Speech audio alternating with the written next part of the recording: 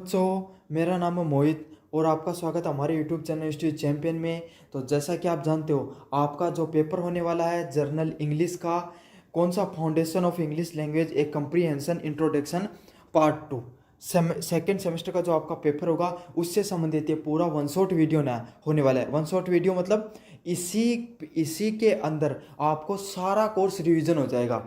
देखो, unit fourth में आपका क्या आता है, सीवी आता है, रिवाइज करवा दूंगा इसी के अंदर आपको। समझ, विद एग्जाम्पल लेकर आया हूँ आपके सामने। ऐसा नहीं है कि उसके बाद में जॉब एप्लीकेशन का प्रश्न आता है, रिवाइज करवा दूंगा, टेंशन मत लीजिए आप। न्यूज़ रिपोर्ट आती है, रिवाइज करवा दूंगा। देखते जाना आप, बस 1 मिनट दे दो मुझे, आपको सारी चीज़ें कैसे रिवाइज होंगी देखने को मिलेंगी। यूनिट नंबर थर्ड है, कहानी आती है आपके सामने, जो पर्सन देखने को मिलते हैं, ट्रस्टी विद डेस्टिनी। आपको पूरी की पूरी समरी देखने को मिलेगी, सारी चीज़ें उसमें रिवाइज करवा दूंगा। अगले वाला आई हैव ए ड्रीम, पूरा का पूरा आपको अच्छे से समझने को मिलेगा। नरेशन है यूनिट नंबर सेकंड में। ग्रामर आती है, बच्चों को बिल्कुल नहीं समझ में आती है, सर कैसे करें क्या करेंगे। मोहित सर है, फिक्र लेने की जरूरत नहीं है। आपको सारे रूल कराऊंगा बिल्कुल बेसिक से, और सारे उदाहरण के साथ समझा दूंगा। मज़ा आ जाएगा आपको करके, एकदम टेंशन मत लेना आप जब तक मैं हूँ। और एक्टिव पैसिव करवाऊंगा इसके अंदर साथ के साथ, वो भी रूल के साथ में। समझ में आ गया आपको। फिर मॉडल भी मैं करवाने वाला हूँ। वन वर्ड सब्स्टिट्यूशन, लोग वन वर्ड सब्स्टिट्यूशन करवा रहे हैं, मैं ट्रिक के साथ करवाने वाला हूँ। ऐसी ट्रिक बता दूंगा कि जीवन भर नहीं भूलोगे कंपटीशन में। और ऐसा आलतू फालतू नहीं, एकदम रिपीटिव लेकर आया हूँ। एंटोनिम सिनोनिम, पूरी दुनिया परेशान है, सर एंटोनिम सिनोनिम कहाँ से करें, सर एंटोनिम सिनोनिम कहाँ से करें। मोहित सर करवाएंगे आपको, फिक्र मत कीजिए, ट्रिक के साथ। समझ में आ गया। ऐसा कंटेंट कहीं और नहीं मिलेगा आपको, सिर्फ यूनिवर्सिटी चैंपियन यूट्यूब चैनल पर ही मिलेगा। तो आपको क्या करना है, वीडियो को पूरा देखना है, चैनल को सब्सक्राइब कर देना है, और अपने दोस्तों को ज़रूर से शेयर कर देना है। तो चलो शुरू करते हैं वीडियो को। आपके 2 मिनट लिए मैंने, लेकिन मैं आपको इतना विश्वास दिलाना चाहता हूँ, ये 2 मिनट अगर आपने मुझे दिए, अगर आपने इस वीडियो को पूरा देखा है, तो ना तो आपको कहीं और जाने की जरूरत पड़ेगी, और ना ही आप एग्जाम के अंदर बिल्कुल भी फेल होगे। आप बस इस वीडियो को पूरा देखिए अच्छे से, सारे रूल को अच्छे से याद कर लेना आपको। बाकी के वीडियो की लिंक डिस्क्रिप्शन में, वहाँ से और वीडियो देख लेने। तो सबसे पहला जो पर्सन आपके सामने आता है वो किसका आता है, सीवी का पर्सन आता है। कि सीवी क्या होती है, सीवी होती है, आप जब कोई भी प्राइवेट कंपनी में जाते हो तो अपना पूरा बायोडाटा दिया जाता है आपके द्वारा, कि भाई मेरा नाम ये है, मेरा पता ये है, मेरा घर ये है, मैं इस पढ़ाई में इस चीज़ में बढ़िया हूँ, मेरी हॉबी ये है। तो ये सब चीज़ें जिसमें बताई जाती हैं सीवी। आया मान लो कि थारी जन्मपत्री है या एक तरीका की, समझ में आ गई, उसे क्या कहा जाता है, सीवी के नाम से जाना जाता है। अब जो सीवी शुरू होता है, पहले इसका फॉर्मेट देखेंगे, फिर आपको उदाहरण के साथ भी समझाऊंगा, है ना। तो सबसे पहले सीवी में क्या आता है, आपका पूरा नाम है वो देखने को मिलता है। सीवी में क्या देखेगा, आपका पूरा नाम देखने को मिलेगा, आपका पूरा का पूरा एड्रेस है वो देखने को मिलता है। तो सबसे पहले आपका पूरा नाम आएगा, फिर आपका एड्रेस आएगा, फिर आपकी जो सिटी है भाई वो, मतलब एड्रेस ही आ जाएगा, सिटी आ जाएगी।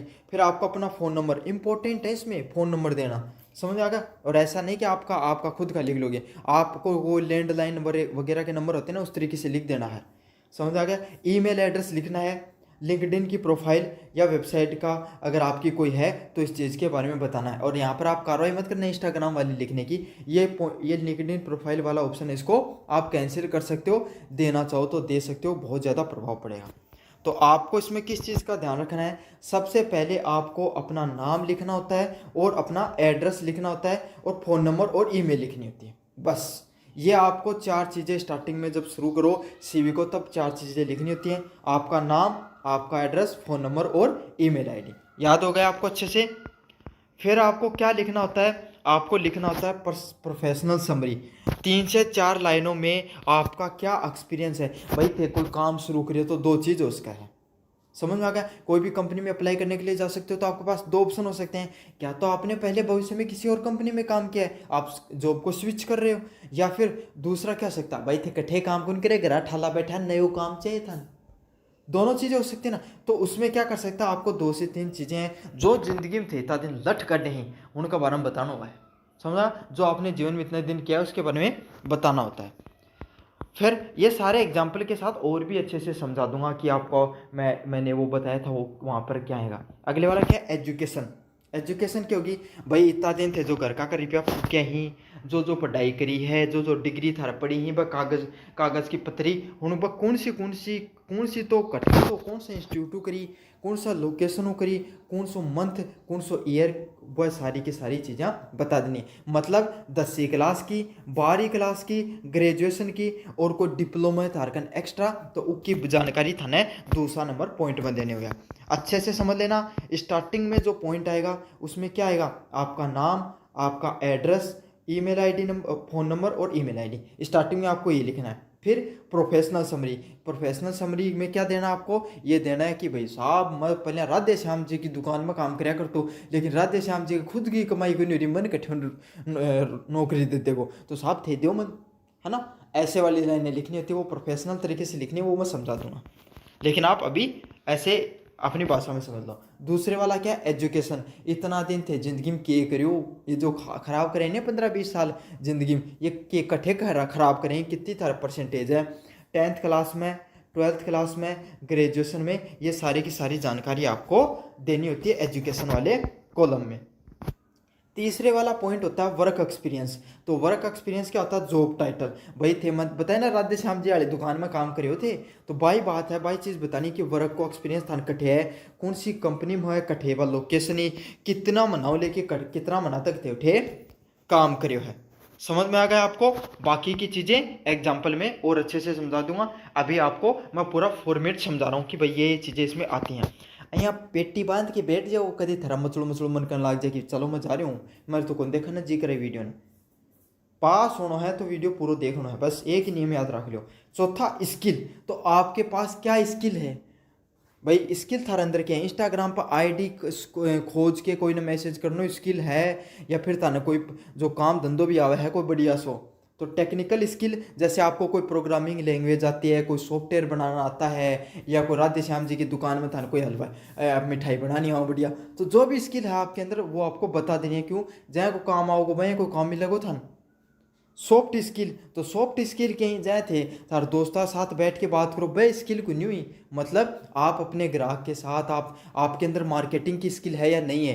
क्यों, कोई भी कंपनी वाला अगर आपको लेगा तो वो आपसे प्रोडक्ट तो अपना बिकवाएगा ही, तो आपके अंदर कम्युनिकेशन करने की स्किल आनी चाहिए। तो ये स्किल क्या होती है, सॉफ्ट स्किल। छोटी छोटी पॉइंट ही हनकाई नंबर मिली।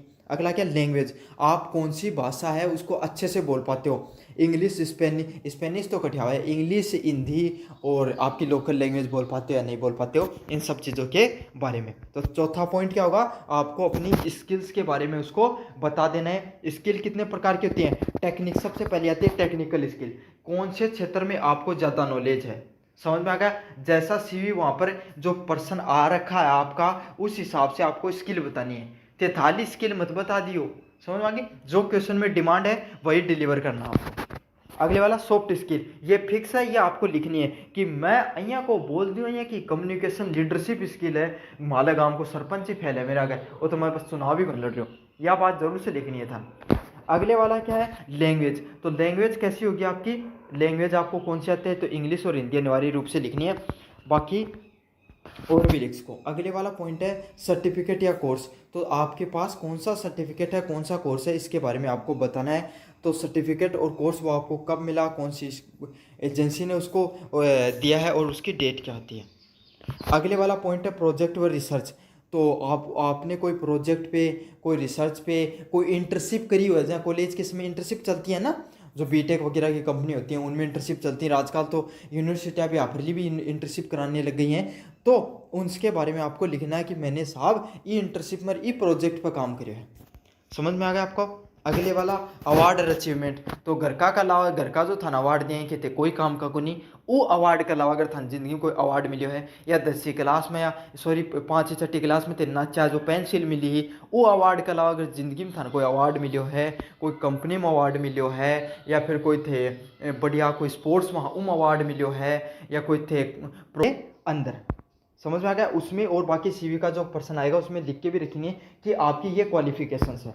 फिर आपके जो 10th क्लास हैं उसमें जितने परसेंटेज आए वो लिख देना है, जो उसके बाद में जो आपके 12th में जितने परसेंटेज बने हैं वो लिख देना है, और जिस स्कूल से आपने किए चाहो तो उसका नाम लिख दो, वरना डायरेक्ट परसेंटेज भी लिख देना। और उसमें एक चीज़ ज़रूर लिख लेना कि जो 12th क्लास था उसमें मैंने एक प्रोजेक्ट किया था, प्रोजेक्ट का नाम लिख देना, वरना कोई ज़रूरी नहीं है मत लिखना। तो आपको 3 चीज़ें ज़रूरी से लिखनी है, अपने 10th क्लास के नंबर, 12th क्लास के नंबर, और अपनी जो ग्रेजुएशन की है कहाँ से, जैसी पोस्ट है वैसा आपका ज़रूर से लिख देना है। अगले वाले पॉइंट की बात करें, वर्क एक्सपीरियंस। तो वर्क एक्सपीरियंस क्या होगा, आपको भाई ये ज़रूरी होता है। आपने एक दूसरी कंपनी में काम किया नहीं किया, आप फ्रेशर हो तो इंटर्नशिप तो आपने की होगी, ये आप इंटर्नशिप ज़रूर से लिखना उसके अंदर। इंटर्नशिप हो गई, वेब डेवलपमेंट का काम किया आपने, कोई कंपनी जहाँ इन्फोसिस को नाम लिख दो, टाटा कंसल्टेंसी को नाम लिख दो, और भी बहुत सी कंपनी ही, ये क्या नाम है, जियो को लिख दो, जिसका भी आपने किया, जो भी आपको नाम अच्छा लगे, आपके आसपास होगी, अमेजोन हो गई, फ्लिपकार्ट वगैरह, जो भी आपको अच्छा लगे उस कंपनी का नाम लिख देना आपको, और वहाँ पे आपको 6 महीने का टेन्योर दे देना, मई से लेकर दिसंबर का दे दो, कहीं का भी दे दो, आप 6-7 महीने का टेन्योर दे देना। और एक चीज़ का ध्यान रखिए, इंटर्नशिप कॉलेज के दौरान दियो, या कॉलेज 2019 से लेकर 2023 के बीच में करिए तो उसका बीच में इंटर्नशिप दिखाओ, और कौन सी खास करके तीसरी और चौथी साल के बीच में ही इंटर्नशिप करी जा है कॉलेज के अंदर, बीटेक के अंदर। तो इस चीज़ को भी ध्यान रखियो, यहाँ को नहीं थे इंटर्नशिप दिखा दी साहब 2024 में कॉलेज पूरी करी, 2026 में इंटर्नशिप कर रही हूँ मैं,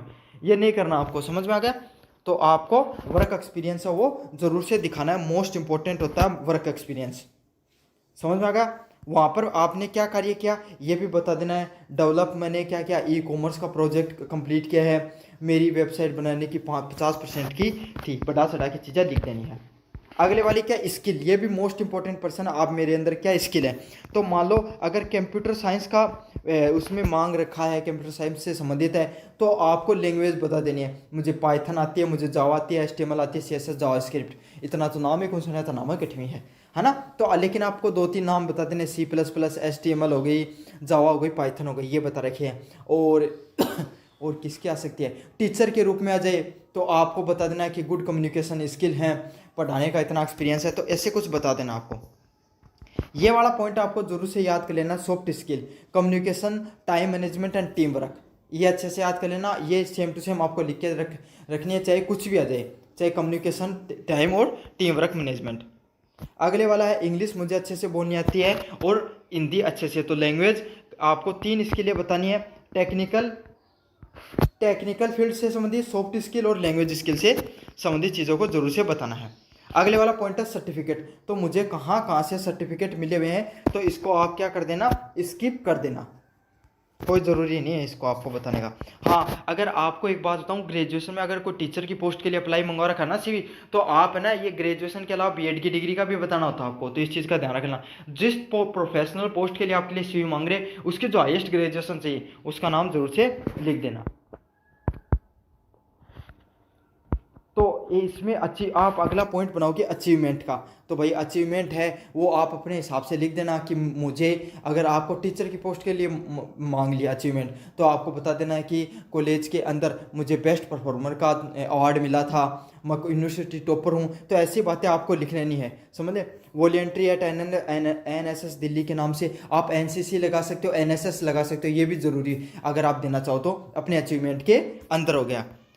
अगले वाले पॉइंट की बात करूँ जो ठीक ठाक पॉइंट होता है, आपकी हॉबी, तो आप चाहो तो अपनी हॉबी वाला पॉइंट बना सकते हो, जिसमें आप क्या लिख सकते हो, रीडिंग हो गया, राइटिंग हो गया, और जो ट्रेवलिंग वगैरह हो गया, ये सब चीज़ें दे सकते हो। तो ये होता है एक पूरा का पूरा आपका जो CV होता है, वो आपको एक बार फिर से ओवरव्यू करके बता देता हूँ। सबसे पहले देनी होती है आपको अपनी पर्सनल डिटेल्स, समझ में आ गया कि आपको अपना नाम, एड्रेस, फ़ोन नंबर और ईमेल आईडी, ये 4 चीज़ें अच्छे से याद कर लेना। सबसे पहले ये देनी होती हैं। फिर आपको बतानी होती है अपनी एजुकेशन में 10th class, 12th class, graduation, और अगर और कोई पोस्ट के लिए मांगे तो उसका जो हाईएस्ट क्वालिफिकेशन होगी उसके बारे में आपको बता देना है। उसकी अगर आप इंस्टीट्यूट का नाम देना चाहो तो वो दे देना, परसेंटेज तो ज़रूर से देना है। इंपॉर्टेंट है, अगर वर्क एक्सपीरियंस आपके पास हो नहीं हो, लेकिन इंटर्नशिप का आप जरूर से दे देना। BEd का अगर टीचर का मांग रखा तो BEd की भी 1-1.5 साल की इंटर्नशिप होती है, तो उसका भी दे देना। ये जरूरी है, वर्क एक्सपीरियंस जरूर से दे देना, क्योंकि वर्क एक्सपीरियंस बहुत मायने रखता है। स्किल जरूर से देनी है, स्किल वाला पॉइंट जरूर से लिखना है, जिसमें आपको अपनी टेक्निकल स्किल के बारे में लिखना है कि मुझे क्या कौन सी टेक्निकल स्किल आती हैं।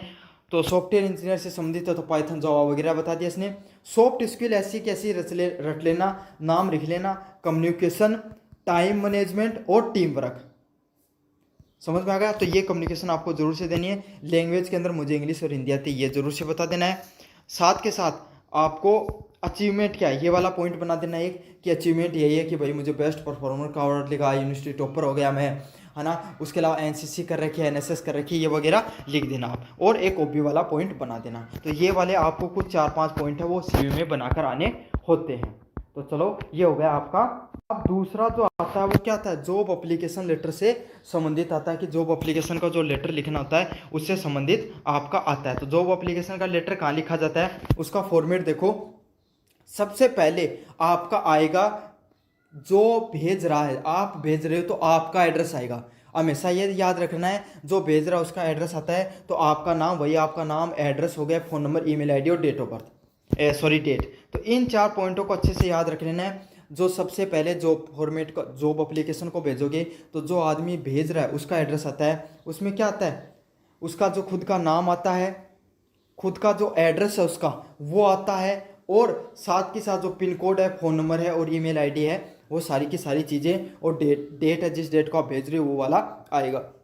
अब क्या है इसमें डिफरेंट क्या है, पहले भी आप नाम और एड्रेस तो लिखते थे, लेकिन ईमेल और आईडी और फ़ोन नंबर आपने कभी नहीं लिखे। इसमें क्यों ज़रूरी होते हैं, क्योंकि सामने वाला आपको बुलाएगा इंटरव्यू के लिए तो फ़ोन तो करेगा ही, या ईमेल आईडी करेगा, या एड्रेस पे पत्र लिखेगा, तो तीनों चीज़ें देने ज़रूरी होती हैं। समझ में आ गया आपको, पहले लेटर लिखते थे वैसा का वैसा ही है। अगले वाला क्या है, किसको लिखा है, एचआर को लिखा है। एचआर मतलब कोई कंपनी का मालिक होता है उसको एचआर बोला जाता है। तो उसमें क्या आपको लिखना है, एचआर मैनेजर, ऐसा कैसा लिख देना, एचआर मैनेजर। फिर कंपनी का नाम, जिस कंपनी को आप भेज रहे हो उसको, उस कंपनी का एड्रेस और उसका पिन कोड है, ये तीनों की तीनों चीज़ें देनी है। तो याद रखना है, आपको क्या लिखना है, टू लिख के HR manager, the HR manager, company का नाम, कंपनी का एड्रेस और जो पिन कोड वगैरह वो आपको देनी है। फिर आपको क्या सब्जेक्ट देना है, सब्जेक्ट में क्या लिखना है, एप्लीकेशन ऑफ द पोस्ट। तो कोई जिस भी पोस्ट के लिए आप एप्लीकेशन देना चाहते हो वो आपको आपके क्वेश्चन में दे के रखी होगी, उसके लिए लिख देना है। समझ में, application for the post of web developer, तो ऐसा लिख देना। उसमें आपको पर्सन में दे के रखेंगे, वेब डेवलपर हो गया, टीचर हो गया, डॉक्टर हो गया, या फिर कंसल्टेंट हो गया, जो हो चीज़ आपको चाहिए वो उसमें दे के रखेंगे, आप पर्सन में वो वाली चिपका देना है कैसी कैसी। फिर आपको अगले वाली लाइन क्या लिखनी है, रेस्पेक्टेड सर और मैडम वाली लाइन, ये आपको अनिवार्य लाइन होती है, ये लिखनी होती है। अब क्या होगे, आपको कोई भी पैराग्राफ होता है उसका सबसे इंपॉर्टेंट पॉइंट क्या होता है, बीच वाला पार्ट सबसे इंपॉर्टेंट होता है। और वो पिछली बार भी मैंने जब पेपर कराया था उसमें लेटर में बताया था कि उसको करने का कुछ तरीका होता है, मन माए बोई कुल लिखना हुआ है, हर चीज़ ने करने का एक तरीका हुआ है, समझना। तो सबसे पहले क्या, इंट्रोडक्शन होता है। अब अगर आप कोई भी जो जॉब से संबंधित जो अगर लेटर लिख रहे हो तो उसमें सबसे पहले क्या लिखोगे, इंट्रोडक्शन आएगा। तो पहला पन्ना ये बताना है कि जॉब को जी चीज़ के लिए थे अप्लाई कर रहे हो, जी पोस्ट के लिए उसका बारे में बताना है कि भाई साहब मैं भी ये पोस्ट के लिए अप्लाई करना चाहूँ, और ये चीज़ के लिए भाई यह चीज़ को एडवर्टाइजमेंट मन उड़ा मिलो, जैसे सरकारी नौकरी को देखो तो एडवर्टाइजमेंट थान कट्ठे मिला है, अधिकतर थान फोन के अंदर के तो वेबसाइट पर देख लो, या कोई मार जाएगा टेलीग्राम वाला डाल दे उठे फिर पार जाओ थान, है ना। कुछ प्राइवेट कंपनियों का आपका कहाँ पता चलता है, अखबार की कटिंग वगैरह आती है उसमें पता चलता है, लिंक्डइन वगैरह को आप सर्च कर रहे थे वहाँ आपको पता चल गया। तो यही है कि सर मैं इस चीज़ के लिए अप्लाई करना चाहता हूँ, अप्लीकेबल हूँ इस पोस्ट के लिए, और मुझे इस चीज़ का जो आपकी पोस्ट है इसका एडवर्टाइजमेंट है मुझे जो लिंक्डइन है उस पर मिला। समझ में आ गया आपको। दूसरे वाले पॉइंट में आपको क्या लिखनी होती है, क्वालिफिकेशन और एक्सपीरियंस के बारे में बताना होता है कि मेरी क्वालिफिकेशन ये है, मेरा एक्सपीरियंस ये है, क्योंकि ज़रूरी चीज़ यही है। कोई आदमी क्वालिफिकेशन एक्सपीरियंस देख के तो लेगो, शरीर देख के थोड़े देखो थरो। तो यही चीज़ है कि आपको क्या बताना है कि मेरी क्वालिफिकेशन और स्किल और एक्सपीरियंसेस ये हैं। तो दूसरे वाले पॉइंट में आपको इन सब चीज़ों के बारे में बताना होता है। तीसरे वाला पॉइंट है, आपको आपका जो रोल होता है उसके बारे में बताना होता है कि मैं इस रोल में क्यों फिट हूँ और मैं क्यों इंटरेस्टेड हूँ इस कंपनी को ज्वाइन करने के लिए। तो भाई मैं ये कंपनी में इसलिए लागना चाहिए, भाई मन पिस्सा चाहिए, देख सीधी बात है ना। लेकिन ये चीज़ बतानी नहीं होती, आपको बताना होता है कि ये जो पोस्ट है इसके लिए मेरा क्या रोल है, मैं क्यों जो वेब डेवलपर इसलिए बनना चाहता हूँ क्योंकि आपकी द इन्फोसिस है उसका बहुत अच्छा नाम है, साथ के साथ मेरा इंटरेस्ट भी आपकी कंपनी में ज्वाइन करने का। भैया अगला की बढ़ाई तो करनी पड़े थोड़ी बहुत है। अगले वाला पॉइंट है क्लोजर। तो लास्ट में आपको क्या करना होता है, लास्ट में थान क्या करना है, निवेदन करना है कि साहब सर मुझे भी आप इंटरव्यू का एक मौका दीजिए, है ना। और अपना जो रिज्यूम है जो मैंने थान पहले कराया ना, CV और रिज्यूम कराए हो वो अटैच करके दे देना है। थैंक यू फॉर टाइम, और लास्ट में वही थैंक यू सिंसियरली और आपका नाम। तो यही चीज़ें होती हैं। कोई भी लेटर होता है उसको जो देखो टीचर नंबर बांटता है तो कैसे बांटता है, आपका 5 नंबर का लेटर है तो ऊपर वाले सेक्शन के वो नंबर देता है 2, बीच वाला सेक्शन होता है ना जो मैंने इंट्रोडक्शन वगैरह ये 3 पार्ट में आपको डिवाइड किया होता है, इसके नंबर देता है 2 और नीचे वाले के नंबर देता है वो 1। समझ में आ गया। तो इस तरीके से लेटर बटा होता है, हर पॉइंट को अच्छे से लिखना होता है। सबसे पहले वाले फ्रॉम में करोगे, जो व्यक्ति लिखता है उसका एड्रेस आएगा। समझ में आ गया। जो आप हमेशा से लिखते रहे हो, आपका नाम, आपका जो ईमेल है, जो एड्रेस है वो, फ़ोन नंबर, ईमेल आईडी और जिस डेट को आप लिख रहे हो वो वाला। फिर आप एचआर को लिख रहे हो, उससे संबंधित सूचना, कंपनी का नाम, कंपनी का एड्रेस और पिन कोड नंबर, ये सारी चीज़ें आएंगी। अगले वाला पॉइंट है किस सब्जेक्ट के लिए आप अप्लाई करना चाहते हो, ये वाला पॉइंट आपको देखने को मिलेगा। फिर रेस्पेक्टेड सर और मैडम लिखना है, साथ ही साथ आपको जो इंट्रोडक्शन देखना। फिर आप जो पूरा पैराग्राफ 20 वाली लाइनें लिखोगे उसमें स्टार्टिंग में बताना है कि सर मैं इस पोस्ट के लिए अप्लाई करना चाहता हूँ, मुझे इसका एडवर्टाइजमेंट है वो दैनिक भास्कर के अंदर देखने को मिला। समझ में आ गया। दूसरी बात यही है कि मेरी एजुकेशन क्वालिफिकेशन ये है कि मैंने बीटेक कर रखी है IIT रुड़की से। समझ में आ गया। तीसरे वाला पैराग्राफ में आपको क्या बताना है कि मैं इस पोस्ट के लिए इसलिए अप्लीकेबल हो सकता हूँ क्योंकि मुझे बेस्ट एक्सपीरियंस है आपकी कंपनी को और मैं ऊंचाइयों तक ले जाने का कार्य करूँगा, साथ ही साथ मुझे आपकी कंपनी में ज्वाइनिंग करने का हमेशा से इच्छा रही है। अगले वाला पॉइंट क्या है, लास्ट में आपको रिक्वेस्ट करनी है कि सर मुझे भी एक बार इंटरव्यू का मौका दीजिए, और लास्ट में आपको रिज्यूम अटैच करना है और थैंक यू लिखकर योर सिंसियरली लिख के आपका अपना नाम लिख देना होता है। और अब आपको मैं जॉब एप्लीकेशन का जो फॉर्मेट है वो आपको बता देता हूँ। सबसे पहले बात करूँ फ्रॉम में, आपको एक रितिका मेहरा, वो लड़की वो लिख रही है, रितिका मेहरा है वो क्या है, एक किसकी सॉफ्टवेयर इंजीनियर का काम करना चाहती है और TCS कंपनी का एडवर्टाइजमेंट है उसके लिए वो अप्लाई करना चाहती है, तो उस पर अपन जॉब लेटर लिख रहे हैं। तो सबसे पहले मैंने आपको क्या बताया था, आपका नाम, तो उसने नाम बताया भाई रितिका मेरा नाम है, लाजपत नगर न्यू दिल्ली से रहती हूँ, और आपने अपना पिन कोड दे दिया। तो आप भी कुछ भी लिख सकते हो, 18112 है ना, मानसरोवर जयपुर, आपको पिन कोड दे दिया 0115, जितना भी जो देना चाहो, कौन सा देखने वाला कोई। समझ में आ गया। पहला नाम, फिर एड्रेस, फिर आपको फ़ोन नंबर, तो फ़ोन नंबर खुद के नहीं टेक करने, आपको अपना कोई लैंडलाइन वगैरह कुछ भी रैंडमली लिख देना है। समझ में आ गया। साथ के साथ ईमेल एड्रेस खुद की नहीं लिखनी, किसी और की, जो नाम आपको दे रखा ना उससे संबंधित ईमेल आईडी आप बना देना। समझ में आ गया आपको। और लास्ट में जिस डेट को लिख रहे हो, तो जिस दिन आपका एग्जाम होगा उस दिन का आपको डेट लिख देनी है। समझ में आ गया। नाम, address, email, phone number, email ID और डेट को लिखना होता है। अगले वाला पॉइंट क्या है, एचआर को, तो आप जिसको लिख रहे हो, एचआर को लिख रहे हो, उसका आपको एड्रेस देना होगा उसमें। तो उसमें साथ के साथ एचआर मैनेजर आपको हमेशा से लिखना होता है, टू लिख के एचआर मैनेजर हमेशा से लिखना। समझ में। फिर क्या, जिस कंपनी के लिए उसमें आपके जो पेपर होगा उसमें दे के रखेंगे आपको इस कंपनी में अप्लाई करना है, तो यहाँ पर कौन सी कंपनी थी, TCS थी, टाटा कंसल्टेंसी सर्विस थी, तो उसका नाम हो गया। उसका एड्रेस क्या है वो भी आपको दे के रखेंगे, आप रेंडमली बना लेना। आप लिख देना कि चॉइस सेक्टर 8 न्यू दिल्ली लिख देना, और साथ के साथ न्यू दिल्ली में आपको कोई भी पिन कोड वगैरह वो लिख देना है। तो सबसे फ्रॉम में जो अप्लाई कर रहा है, फ्रॉम लिख के जो अप्लाई कर रहा है उसका, टू लिख के जो एचआर मैनेजर को लिखना है। फिर आपको क्या लिखना है, सब्जेक्ट में मैंने बताया था जिस पोस्ट के लिए आप अप्लाई करना चाहते हो वो लिख देना। Application for the post of software engineer, तो मैं किसके लिए अप्लाई करना चाहता हूँ, सॉफ्टवेयर इंजीनियर की पोस्ट के लिए अप्लाई करना चाहता हूँ, ये वाली चीज़ है वो आपको बता देनी होती है। समझ में आ गया आपको अच्छे से। फिर अपन बात करें, आपको लिखना होता है अगले वाला पॉइंट, रेस्पेक्टेड सर या मैडम के नाम से आपको लिखना होता है। अब अगले वाले पॉइंट की बात करें, इसमें क्या दिखाना होगा आपको, मैंने क्या बताया था पहले वाले पैराग्राफ में, बताना है कि मुझे ये पोस्ट कहाँ पर, मुझे एडवर्टाइजमेंट कहाँ पर मिला। तो आपको लिखना है I am writing to express my interested in the position of, बस ये लाइन ऐसी की ऐसी आपको रट लेनी है, I am writing to express interest in the position of, ये अच्छे से याद कर लेना, ये सेम टू सेम चिपका के आनी है, चाहे कोई भी आपको लिख के आए। समझ में आ गया। तो किसकी पोस्ट के लिए, TCS कंपनी में सॉफ्टवेयर इंजीनियर के अप्लाई करना चाहता था।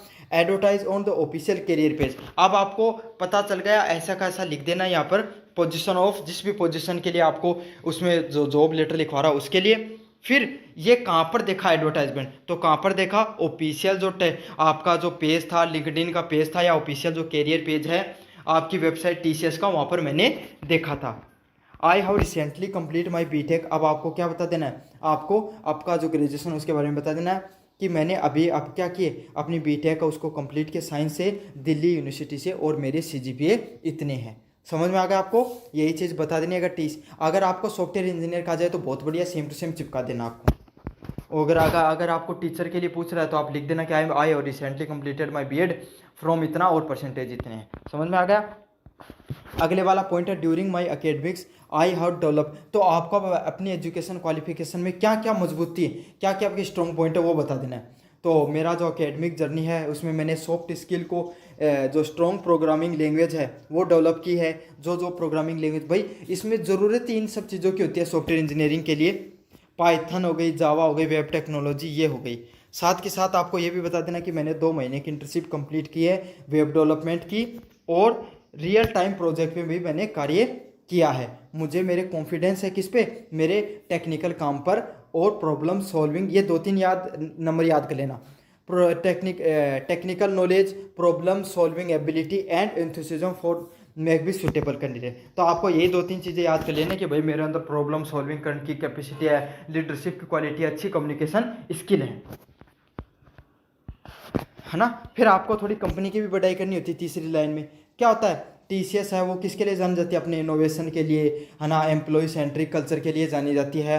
सो I would to honour to be contribute in such a reputable organisation. अगर आपको कोई कॉलेज वगैरह में टीचर वगैरह का लिखना है तो आपको उसका लिख देना है कि बहुत ही रेपुटेशन वाली कॉलेज है, मैंने इसका नाम बहुत पहले से सुना था, मुझे ऑनर होगा अगर मैं इसमें अगर सर्व कर पाया तो देखो टेक्निकल हैं ये सारी चीज़ें, लेकिन आपको ऐसे ही लिखनी होती हैं। अगले वाला आपने लास्ट में जो सब सेम टू सेम लाइन चिपका के यानी वो क्या, I have attached my resume for your kind consideration. तो आपकी जो कंसिडरेशन के लिए मैंने जो अपना रिज्यूम है वो डाल दिया है। I would appreciate the opportunity to discuss my job application in an interview at your convenience. तो आपको ये लास्ट में लाइन लिख देनी है सेम टू सेम कि मैंने मेरा जो रिज्यूम उसको अटैच कर दिया, साथ के साथ मुझे आप इंटरव्यू देने की अपॉर्चुनिटी ज़रूर से दें।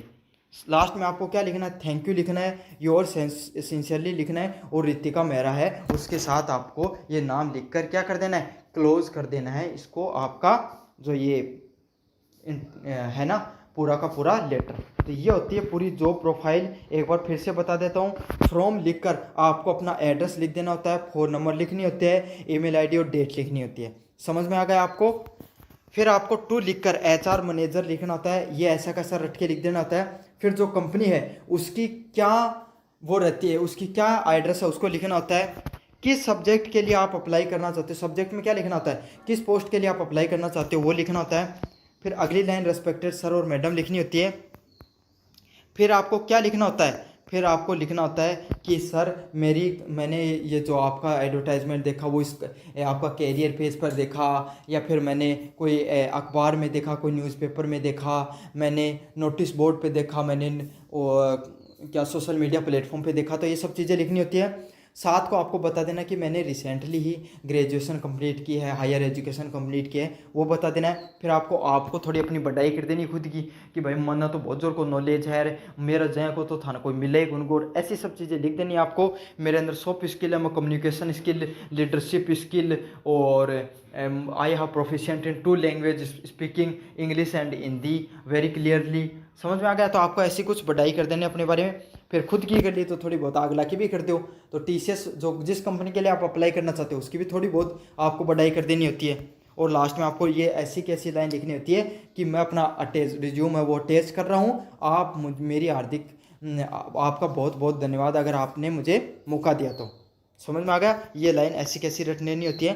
लास्ट में आप थैंक यू लिखना होता है, योर सिंसियरली आपका जो नाम है, और यहाँ पर रिज्यूम को चिपका देना होता है, रिज्यूम लिख देना होता है जो मैंने आपको बताया वो। समझ में आ गया। ये था आपका जॉब एप्लीकेशन का फॉर्मेट। देखो ये पहले यूनिट नंबर 4 इसीलिए करा रहा हूँ, सीधे के सीधे नंबर आपको आराम से मिल सकते हैं अगर थोड़ा सा आपने अच्छे से पढ़ लिया तो। बस आपने दिमाग लगाकर सिर्फ आपने वीडियो देख लिया तो भी आप बहुत आराम से कर लोगे।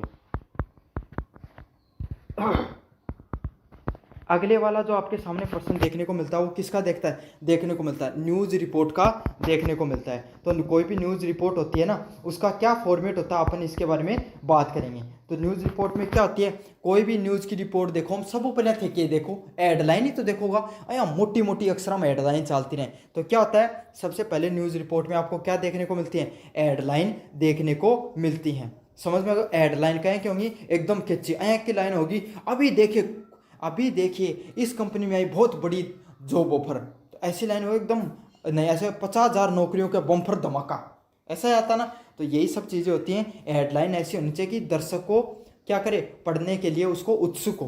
तो कैची लाइन होगी, छोटी लाइन होगी, समराइज होगी, 8 से 10 वर्ड के अंदर होगी। तो ऐसा होनी कि पूरी किताब भी छाप दी भाई साहब, आग लो तो हेडलाइन पढ़ने में मरगो पूरो ना। 5 से 7 लाइनें और सबसे इंपॉर्टेंट लाइनें होती है ना उस पैराग्राफ की, वही हेडलाइन बनकर उभरती हैं। नीचे उसके उस लेखक का नाम, किस लोकेशन को और किस डेट को। तो अखबार पढ़े होगे तो हम जरूर लिखा होगा ना, संयोज्य नाम लिख के जो कोई हेडलाइन ऊपर साइड में देखियो, हमेशा छोटी सी लाइन में लिखे होगा संयोज्य हिंदी का अखबार में डैश डैश मुकेश जी, मुकेश कुमार, और नीचे दिनांक तो दी को नहीं क्योंकि अखबार में दिनांक ऊपर दी जाए, तो इस तरीके से लिखा जाता है। उसी को क्या कहा जाता है, बाई लाइन या लेखक को नाम लिखा जाता है। समझो, तो लेखक थे खुद ही बन जाए और टेंशन क्यों लियो, दूसरा नाम क्यों देना।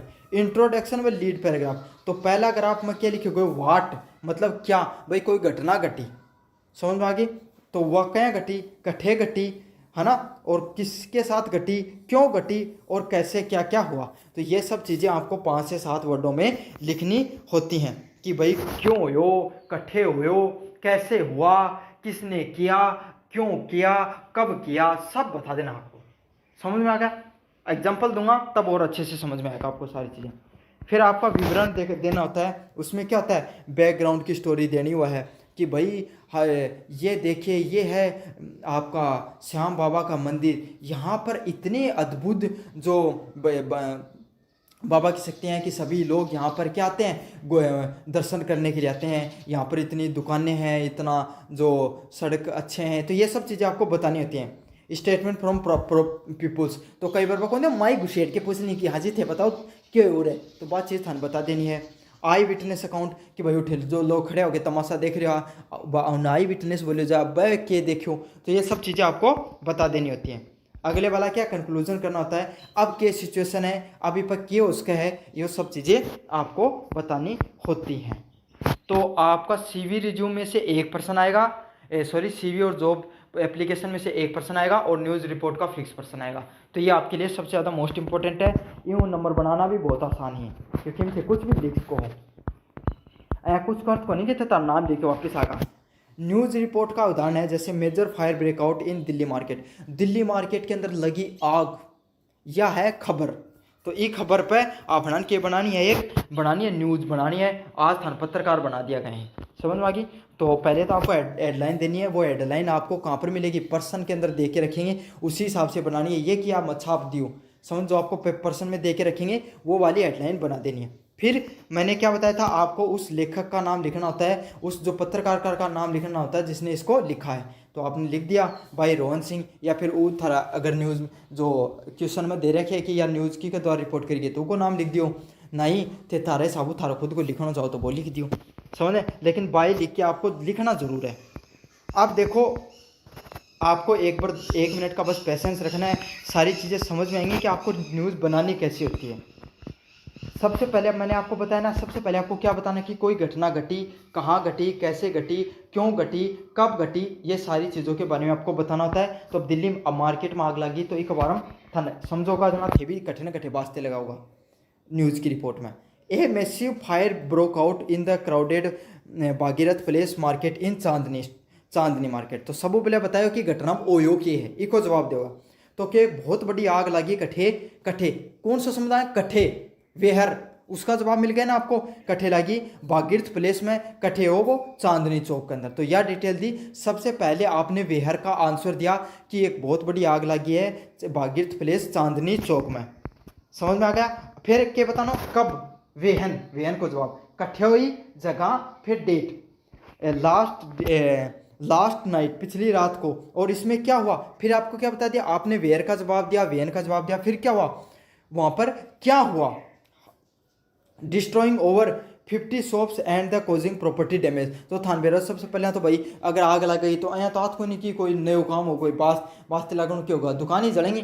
तो इसमें क्या होगा, उस वहाँ पर क्या हुआ 50 दुकानें वो क्या हो गई, जल गई थी और प्रॉपर्टी का डैमेज हो गया है।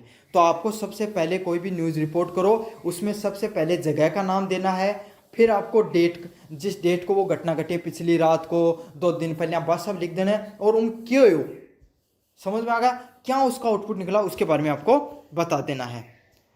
समझ में आ गया। फिर आपको लिखना है फायर वाज। अब थाने बॉडी तैयार करनी है, बॉडी है कौन सजा के तैयार करनी है नहीं, जो घटना घटी उसको पाना डिस्क्रिप्टिव रूप से आपको चीज़ों को बता देना है कि क्या कैसे क्या हुआ। तो क्या है आपको, द फायर स्टार्टेड, जो आग है वह कद लगी 11:30 बजे से लगी, and quickly spread due to the high flammable material. तो क्यों हो, जो ज्वलनशील पदार्थ उठे पड़ा आग लगने वाला उनमें क्यों को उनमें आग लगनी शुरू होगी, कोई स्टोर में पड़ा। तो अब आपने पहले बता दिया कि जो आग है वो कहाँ पे लगी, कब लगी और उसमें क्या नुकसान हुआ, छोटी सी चीज़ बता दी। अब क्यों को जानने वाला को उत्सुकता होगी बड़ी के काम हो रहा है, देखा तो सुनिए एक बार। तो फिर क्या हुआ, वो इंसान है वो उस खबर को और अच्छे से पढ़ेगा, तब तरीके को अब थालो माल मसालों मिला के अगला परोसते हो। अब इंटरेस्ट आगो ना तो अगले वाला पूरी खबर को पढ़ेगा। तो यही करना होता है, स्टार्टिंग को आपको शॉर्ट रूप में चीज़ों को बताना होता है। The fire started about 11:30 PM and quickly spread due to the high. मतलब क्या होगा, एक स्टोर में के पड़ा फायर क्रैकर वगैरह कोई फ्लेमेबल ज्वलनशील पदार्थ पड़े हो, यूँ आग लागी। अगले वाला क्या है, over 20 fire tender rush to spot. तो क्या हो आग लगी तो क्या 20 फायर समन अधिकार है जो गाड़ी कुछ उठे, fire under control after more than 6 hour. तो 6 घंटा बाद में कोई जाके आग पे कंट्रोल करेगा, क्यों गाड़ी पूछने में 3 घंटा लगा, 2 घंटा स्टार्ट होने में लगे, आग तो 1 घंटा में बुझ गई, लेकिन 5 घंटा तो पूछने में लाग रही है उनने। समझ आ गया आपको। तो आग है उसको 6 घंटे में कंट्रोल में किया गया। उसके बाद में अब आपको समझ में आ गया ना, आप डिस्क्रिप्टिव बता रहे हो तो आपको भी ऐसे ही बताना है रिपोर्ट में। According to the initial report the fire may have cause by the short circuit.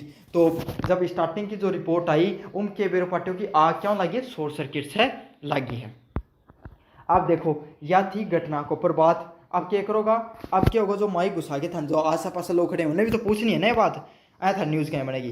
तो आई विटनेस रिपोर्टेड, जो उठे लोग खड़े अब क्या बताई है, चारों तरफ क्यों को पैनिक मच गई, भाग दौड़ मच गई। Shopkeeper try to save their belonging, जो शॉपकीपर है बस वो पहले भाई आपका गला में रुपया काटा है ना। आई साथ thick smoke and run out of my shop immediately. तो जो आदमी वो बता रहे हो कि भाग दौड़ माच की मत, तो सब पहले मेरे गला में हाथ काट दियो, रुपया काट के भाग्यो है ना। मिस्टर राजेश गुप्ता है वो लोकल ट्रेडर, उसने ये बात बताई है। तो आपके में जो भी चीज़ आए न्यूज़ रिपोर्ट करनी है आपको, उसमें कोई लोकल व्यक्ति कोई भी पकड़ कर उसको उसके बारे में बता देना, घटना के बारे में, लेकिन लिखना जरूर से आपको ये चीज़। अगले वाला क्या, फॉर्चुनेटली मतलब किस्मत से no casualty has been reported but the several firefighters sustained minor injury. तो अब यह भी तो बतानी है लास्ट में आपने क्या बताना कि के आउटकम हो भाई, नुकसान कितनों को हो, के फायदे हो, बात चीज़ भी तो बतानी हो ना।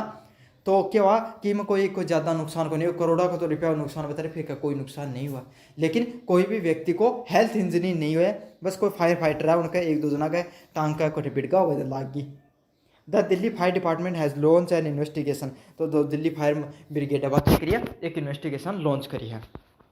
Authorities have seal this area, तो अथॉरिटी ही भाई एरिया ने सील कर दिया है, पुलिस मॉनिटरिंग कर रही है सिचुएशन की, साथ के साथ जो ट्रेडर पर डिमांड करें बेटर सेफ्टी के लिए ताकि ऐसे इंसिडेंट ना हो। तो इन सब चीज़ जब न्यूज़ रिपोर्ट बनाओ तो थाने भी चीज़ को ध्यान रखना है। सबसे पहला जो कोई भी घटना हुई उसकी सबसे तगड़ी जो लाइन ही जो कैची लाइन है उनका बारे में उनकी हेडलाइन बना देनी है। फिर बाकी का द्वारा कही गई है वो लेखक को नाम बताना है।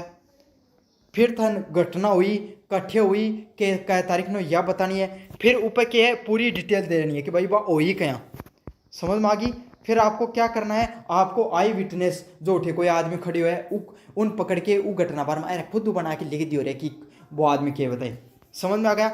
फिर उसका क्या आउटकम हुआ, मतलब के रिजल्ट निकले हो भाई, के फायदे हो के नुकसान हो, यह चीज़ बता देनी है। फिर आपको लास्ट में क्या बतानी कि अथॉरिटी ही जो लोकल गवर्नमेंट है, नगर पालिका है या फिर जो फायर फाइटिंग डिपार्टमेंट जो भी संबंधित डिपार्टमेंट है वो के करना चाह रही है, सरकार के करनी चाह रही है, ये चीज़ पर थाने रिपोर्ट बना देनी है। यो पर्सन आवगो एग्जाम में मत जो चीज़ बताई पॉइंट बताई बयां बना के लिखोगा तो मास्टर तो थारा नंबर काटो नहीं जीरो, अगर कॉपी चेक ढंगू कर रहे हो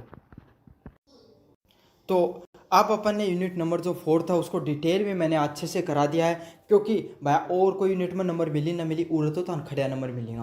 तो समझ में आ गया। आप बढ़ेंगे अपन यूनिट नंबर 3 की। इसमें आपको दो चीज़ें देखने को मिलती हैं, दो चैप्टर से तो आपका ही पर्सन और एक आवा पैसेज। तो पैसेज तो मैंने पहले वीडियो करा रखा आपको, वो वीडियो जाकर देख लेना यूट्यूब चैनल पे, लिंक वो डिस्क्रिप्शन में दे दूंगा, पैसेज का वहाँ से देख लेना।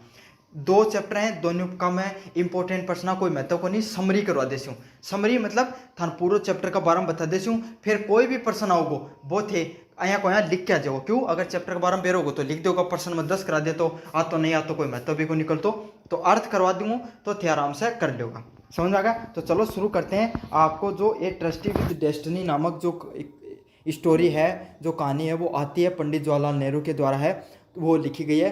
तो वो वाला आपका चैप्टर है वो आता है। तो इस चैप्टर की मैं पूरी समरी एकदम डिटेल से बता दूंगा, कैसा पर्सन आपको देखने को मिलेगा ये भी बता दूंगा आपको, फिर आपको लिख कर आना है। तो सबसे पहले बात करें, ए ट्रस्टी विद डेस्टिनी है, यो एक बहुत बड़ो स्पीच है। मतलब कि भारत आज़ाद हुए ना, जब जवाहरलाल नेहरू रात को 14 अगस्त 1947 को क्या एक भाषण दियो।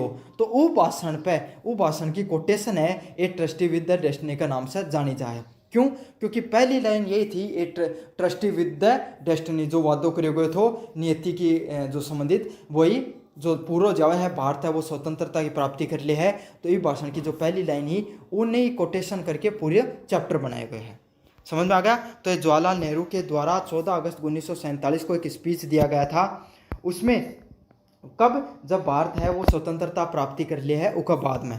तो इसको क्या मार्क किया गया क्या कि भारत है वो ब्रिटिश इंडिया इंग्लैंड जो ये अंग्रेज हैं उनका जो मुक्ति प्राप्त कर ले है। तो उसके बाद में जो स्पीच दिया जाए जवाहरलाल नेहरू के द्वारा, सारा भारतवर्ष वो खुश हो रहे है और भारत में आज़ादी मिल गई इस चीज़ से।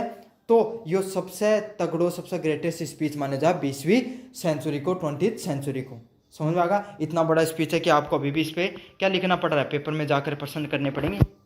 तो इसके क्या क्या इंपॉर्टेंट पॉइंट थे इस स्पीच के, और इनमें से कौन सा पर्सन किस तरीके से आएगा वो मैं आपको बताऊंगा। समझ में आ गया? और क्या लिख के आना उसमें आपको। पहले वाला है इंडिया हिस्टोरिक मोमेंट। तो पहला पॉइंट है वो क्या आता है, ये भारत के लिए क्या एक ऐतिहासिक मोमेंट है, ऐतिहासिक क्षण है। तो नेहरू शुरुआत करते हैं अपनी स्पीच की, वो किससे करते हैं? A trustee with the destiny नाम के पॉइंट से शुरू करते हैं। समझ में? जो इन्होंने क्या था, ये जो वादा है वो उन्होंने बहुत पहले किया था अपनी जनता से, और आखिरकार वो क्या हो गया, पूरा है, वो वादा है वो पूरा हो गया है। हमें इतने सालों के संघर्ष के बाद में अंग्रेजों से क्या मिल गई है? मुक्ति मिल गई है। आज वो रात आई है, आज वो ऐसी रात देखने को मिली है जहां हम मुक्त हो चुके हैं अंग्रेजों के जो शोषण से, अंग्रेजों के इस कुशासन से। तो यही शब्द है कि जो नेहरू के द्वारा आपको अब इसमें प्रश्न बनेगा कि नेहरू के द्वारा जो कोटेशन जो स्पीच दिया गया था उसकी प्रथम लाइन क्या थी। ये प्रश्न आपको देखने को मिलेगा। तो उसमें यही लिखना है कि नेहरू जो पंडित जवाहरलाल नेहरू प्रधानमंत्री हुए, उन्होंने अपनी इस लाइन शुरुआती लाइनों क्या लिखा था, a trustee with the destiny बोला था। और जो उन्होंने बहुत सालों पहले जो वादा किया था जनता का, वो आज पूरा हो रहा है। भारत वो आज़ाद हो गया अंग्रेजों के इस कुशासन से, इतने सालों के बाद में आज वो रात आ गई है। तो यही है सबसे पहले पॉइंट था, ये सबसे पहले लाइन है वो यही बताई गई है। अगले वाली लाइन में क्या गया, tribute to the freedom fighter. तो पहले उन्होंने बताया कि भाई आज बार रात आई जब आप आज़ाद होगा। दूसरी लाइन में क्या कहो, दूसरी लाइनों में उन्होंने बताया कि जो भारत का जो स्वतंत्रता का संग्राम था उसमें जो अपने आंदोलनकारी थे उनको क्या दिया, उन्होंने श्रद्धांजलि दी है। तो इन्होंने जो महात्मा गांधी हो गए, जवाहरलाल नेहरू हो गए, सरदार वल्लभ भाई पटेल हो गए, जिन जिन लोगों ने, जो शहीद भगत आजम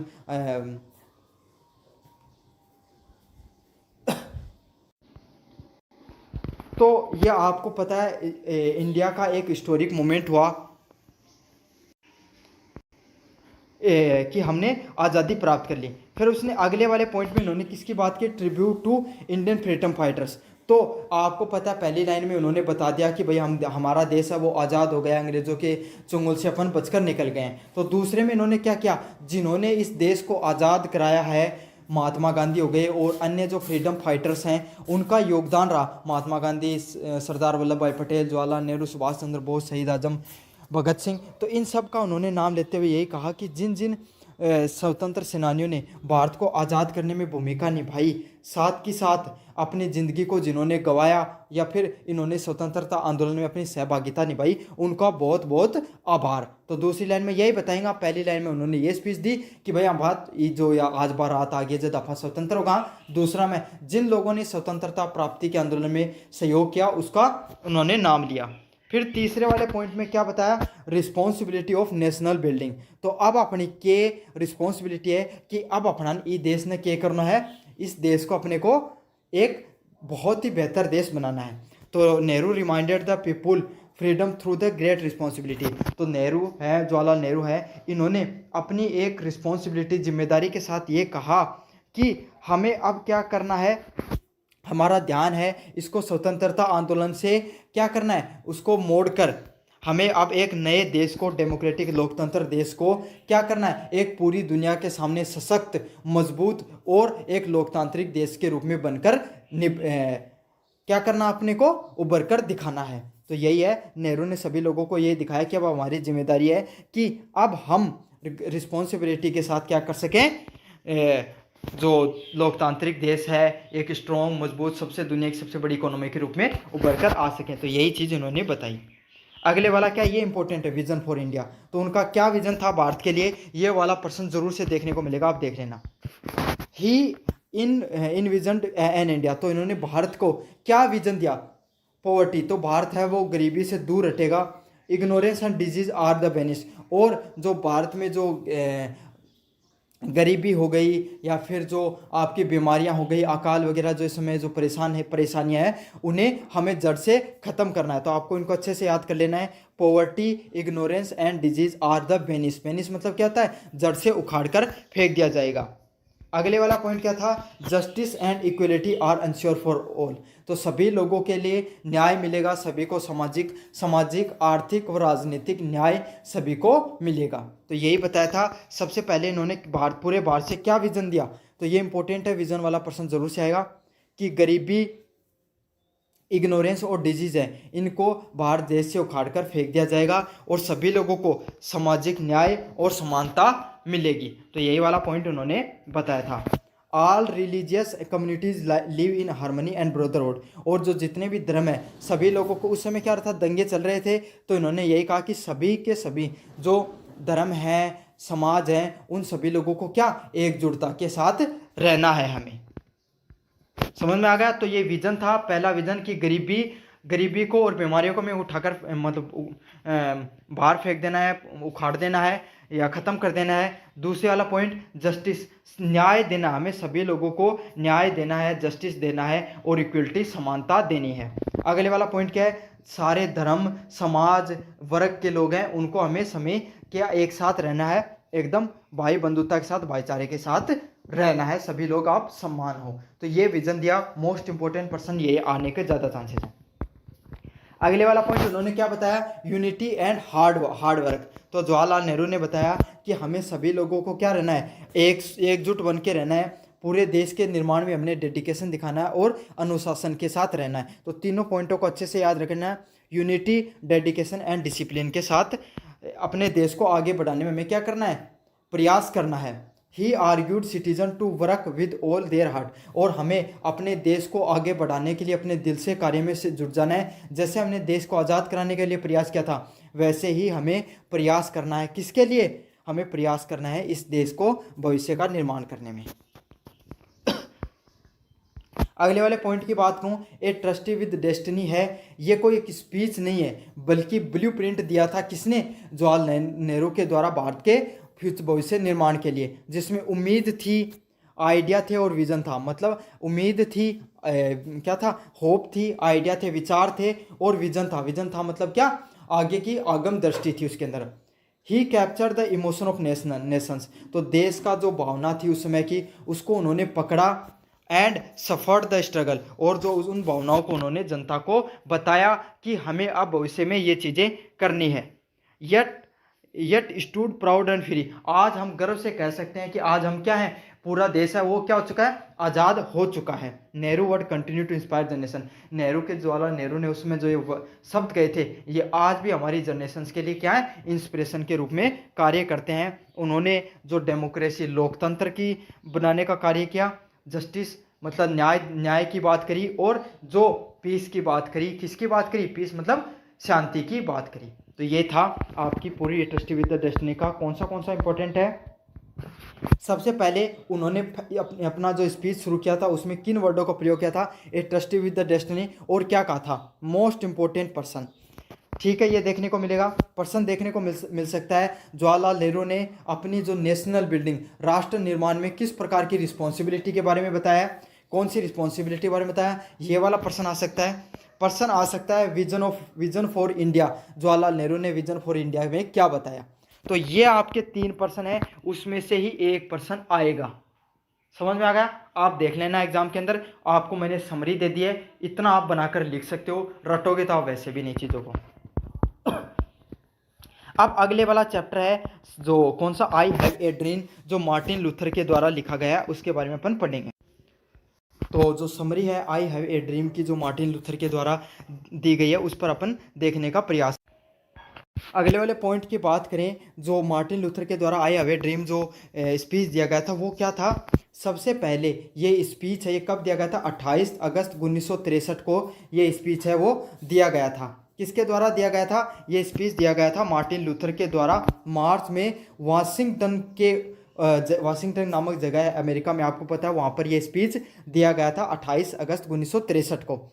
समझ में आ गया, किसके ऊपर, जॉब्स के ऊपर, जो कार्य के और मुक्ति के ऊपर इन्होंने ये स्पीच दिया था। तो अच्छे से याद कर लेना है, मार्टिन लूथर ने 28 अगस्त 1963 को मार्च में ये स्पीच दिया था वाशिंगटन नामक जगह पर, किसके लिए, जॉब्स के लिए और स्वतंत्रता के लिए स्पीच दिया गया था।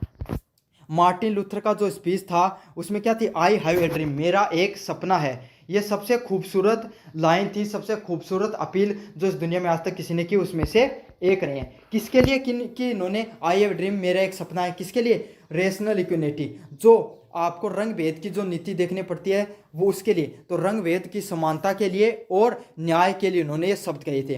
तो ये सबसे इंपॉर्टेंट पॉइंट है, ये प्रश्न आ सकता है कि जो मार्टिन लूथर है इन्होंने कब और किसके लिए ये शब्द कहे थे, आई हैव ए ड्रीम। तो समझ में आ गया आपको, कब कहे थे, 28 अगस्त 1963 को कहे थे, कहाँ पर, मार्च वाशिंगटन में कहे थे, किसके लिए, जॉब एंड फ्रीडम के लिए और रेशनल इक्वलिटी मतलब जो रंग भेद की नीति है और न्याय के लिए इन्होंने कहा था।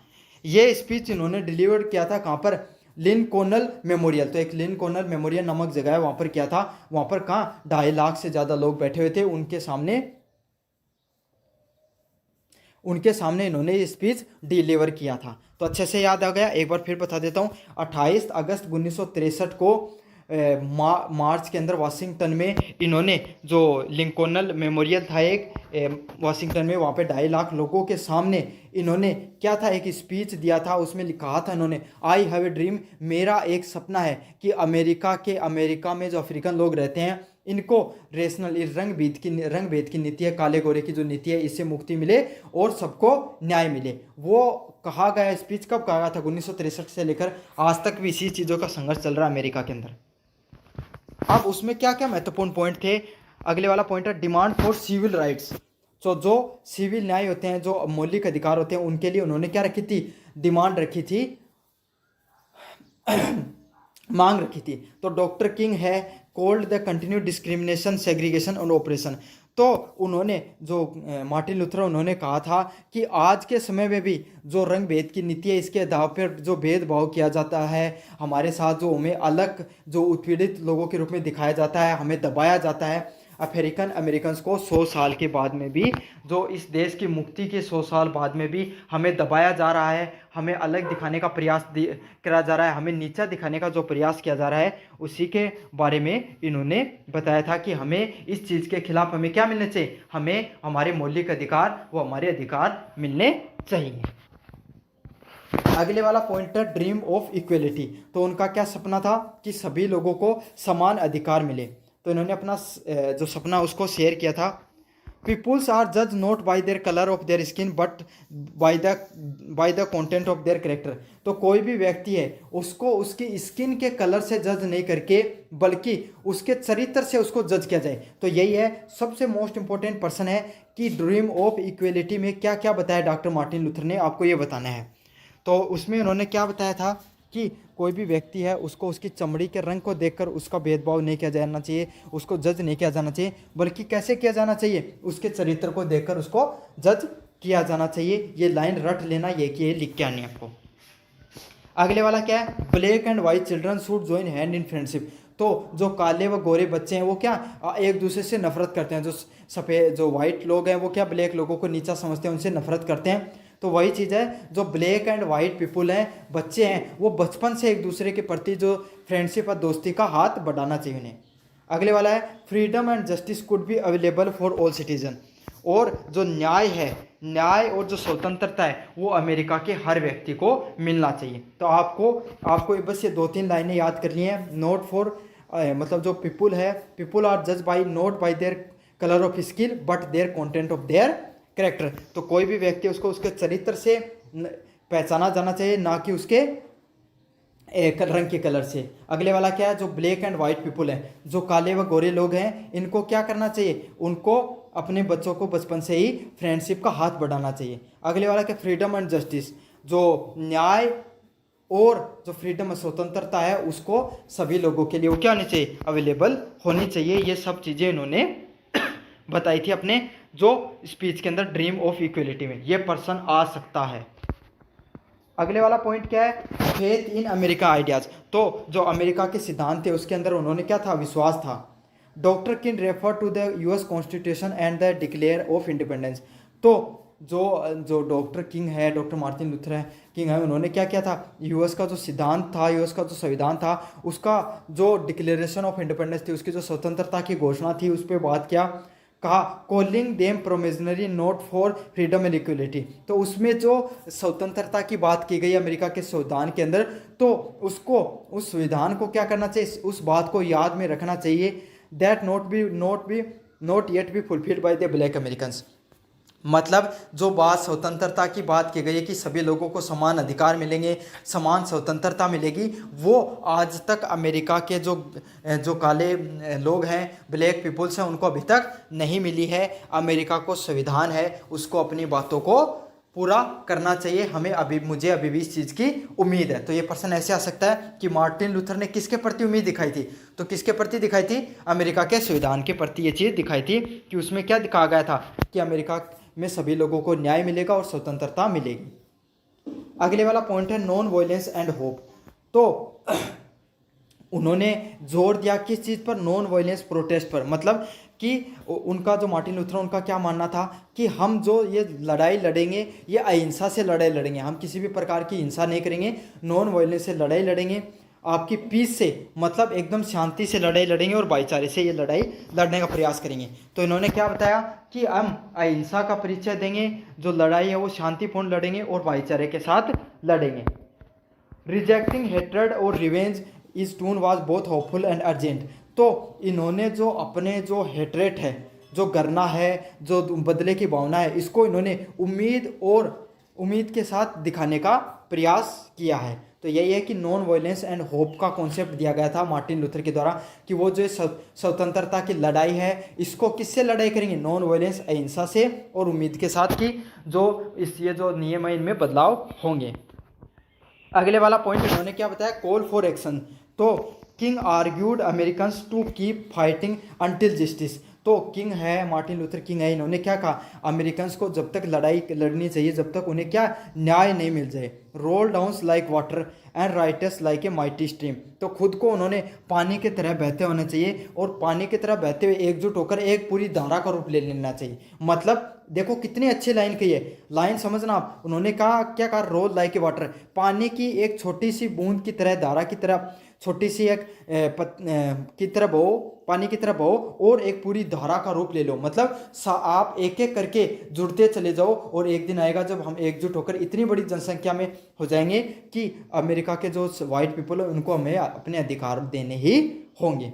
समझ में आ गया, ये लाइन रट लेना, roll like a water and righteous like a mighty stream. तो यही कहा गया था, अमेरिका के जो ब्लैक पीपल से इन्होंने लड़ाई करने के लिए, अपने अधिकारों की लड़ाई के लिए यह शब्दों का प्रयोग किया था। कंक्लूजन की बात करें, doctor king I have a dream is a timeless message of hope, unity and equality. तो डॉक्टर किंग है, उनका ड्रीम था आई हैव ए ड्रीम, मेरा एक सपना है, ये एक मैसेज है किसका, उम्मीद का, एकता का और समानता का। तो it help to fuel the American civil right. तो इसने क्या कार्य किया, इसका जो अमेरिका है उसमें जो सिविल राइट होते हैं, जो सामाजिक न्याय की बात होती है, उसको इसमें पूर्ण करने में इसने क्या क्या योगदान दिया। And continue to inspire struggle for justice, और लोगों को अपने न्याय, अपने अधिकारों के लड़ने के लिए क्या क्या प्रेरित किया। Around is dream a vision for a world without A racism and division, उनका एक सपना था, उनका एक विजन था कि ये दुनिया है, ये रंग भेद की नीति और ये जो बंटवारे की नीति है, इससे ऊपर उठकर क्या होगी, एक हो जाएगी, एकजुट हो जाएगी, और सारी दुनिया के लोग हैं वो वास्तविकता में क्या हो जाएंगे, मुक्त हो जाएंगे, अलग अलग प्रकार की जो दास्ताएं झेल रहे हैं या जो अपने विचारिक जो गुलामी का शिकार हो चुके हैं, उन सब चीज़ों से। तो समझ में आ गया आपको। अच्छा, अब पर्सन कहाँ से आएगा, पहले आ सकता है क्या डिमांड के राइट किए गए थे मार्टिन लूथर के द्वारा। सबसे most important person, dream of equality में उन्होंने क्या बताया कि भाई लोगों को स्किन के कलर से नहीं देखकर उनके चरित्र से नापा जाना चाहिए। ब्लैक एंड वाइट के जो बच्चे हैं वही स्टार्टिंग से क्या कर दोस्ती करना शुरू कर दें। फ्रीडम फॉर जस्टिस की बात की गई थी, और साथ में उन्होंने कहा था जो फेथ इन अमेरिकन कॉन्स्टिट्यूशन है, अब अभी भी उन्हें क्या है, विश्वास है अमेरिका के सिद्धांत में, उसके बारे में पर्सन आपको देखने को मिल सकता है। तो ये वाला आपको आई हैव ए ड्रीम जो पर्सन चैप्टर था उसकी समरी मैंने आपको बता दी है, आपको अच्छे से कर लेना। अब अपन बढ़ेंगे यूनिट नंबर 2 की तरफ। अपन आ चुके हैं यूनिट नंबर 2 पे। तो यूनिट नंबर 2 में क्या आती है, ग्रामर आती है। और ग्रामर आपको पता है कोई भी पढ़ाने वाला यहाँ पर है नहीं, यूनिवर्सिटी से संबंधित तो आपको बिल्कुल भी कोई नहीं पढ़ाएगा। तो मैं आपको अच्छे से कराऊंगा सारी चीज़ें, जो नोट्स है वो लेकर आए मैं डायरेक्ट इनडायरेक्ट स्पीच से संबंधित, और सारे के सारे नोट्स के साथ उदाहरण भी देख रहे हूँ कैसे आपको करना है। ये वीडियो देख लोगे ना तो चाहे आप कॉम्पिटिशन की तैयारी कर रहे हो तो उसमें भी अच्छे से कर लोगे। नरेशन आता आपके सामने, आपके साथ में डायरेक्ट इनडायरेक्ट स्पीच आता है और मॉडल आती है, तीनों की तीनों चीज़ें आती हैं। शॉर्ट एंड स्वीट ऐसे करा दूंगा कि कहीं आपको देखने को नहीं मिलेगी, कोई यूट्यूब पर कोई भी वीडियो दूसरी देखने की जरूरत ही नहीं मिलेगी आपको। तो सबसे पहले आपको ये समझना कि डायरेक्ट व इनडायरेक्ट स्पीच होता क्या है, छोटे से रूप में बता दूंगा आपको।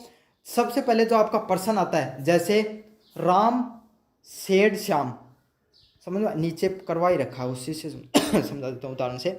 यहाँ पर देख लो आप, ये पहला ही said I am learning English, तो ये क्या, डायरेक्ट स्पीच, मतलब जो सीधी की सीधी जो चीज़ कही जाती है वो किस में आती है, डायरेक्ट स्पीच में आई। मतलब सामने वाले ने जो बात कही है वो किस में आएगी, जहाँ पर आपको दो डंडी देखने को मिल जाए ना, ये वाली कोटेशन देखने को मिल जाए, ये समझ लेना ये क्या है, डायरेक्ट स्पीच है।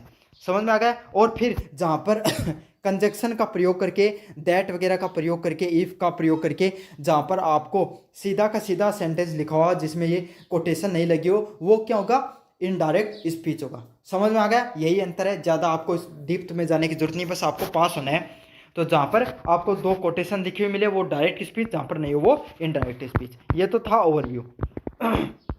ये अपने लिए इतनी ज़्यादा काम की चीज़ नहीं है। अब काम की चीज़ें क्या हैं वो देखेंगे। सबसे पहले जो बदलाव करना होता है वो आपको क्या, किस में करना होता है, टेंस में बदलाव करना होता है। तो आपको टेंस कैसे बदलता है, तो सबसे पहले बताऊं मैं आपको।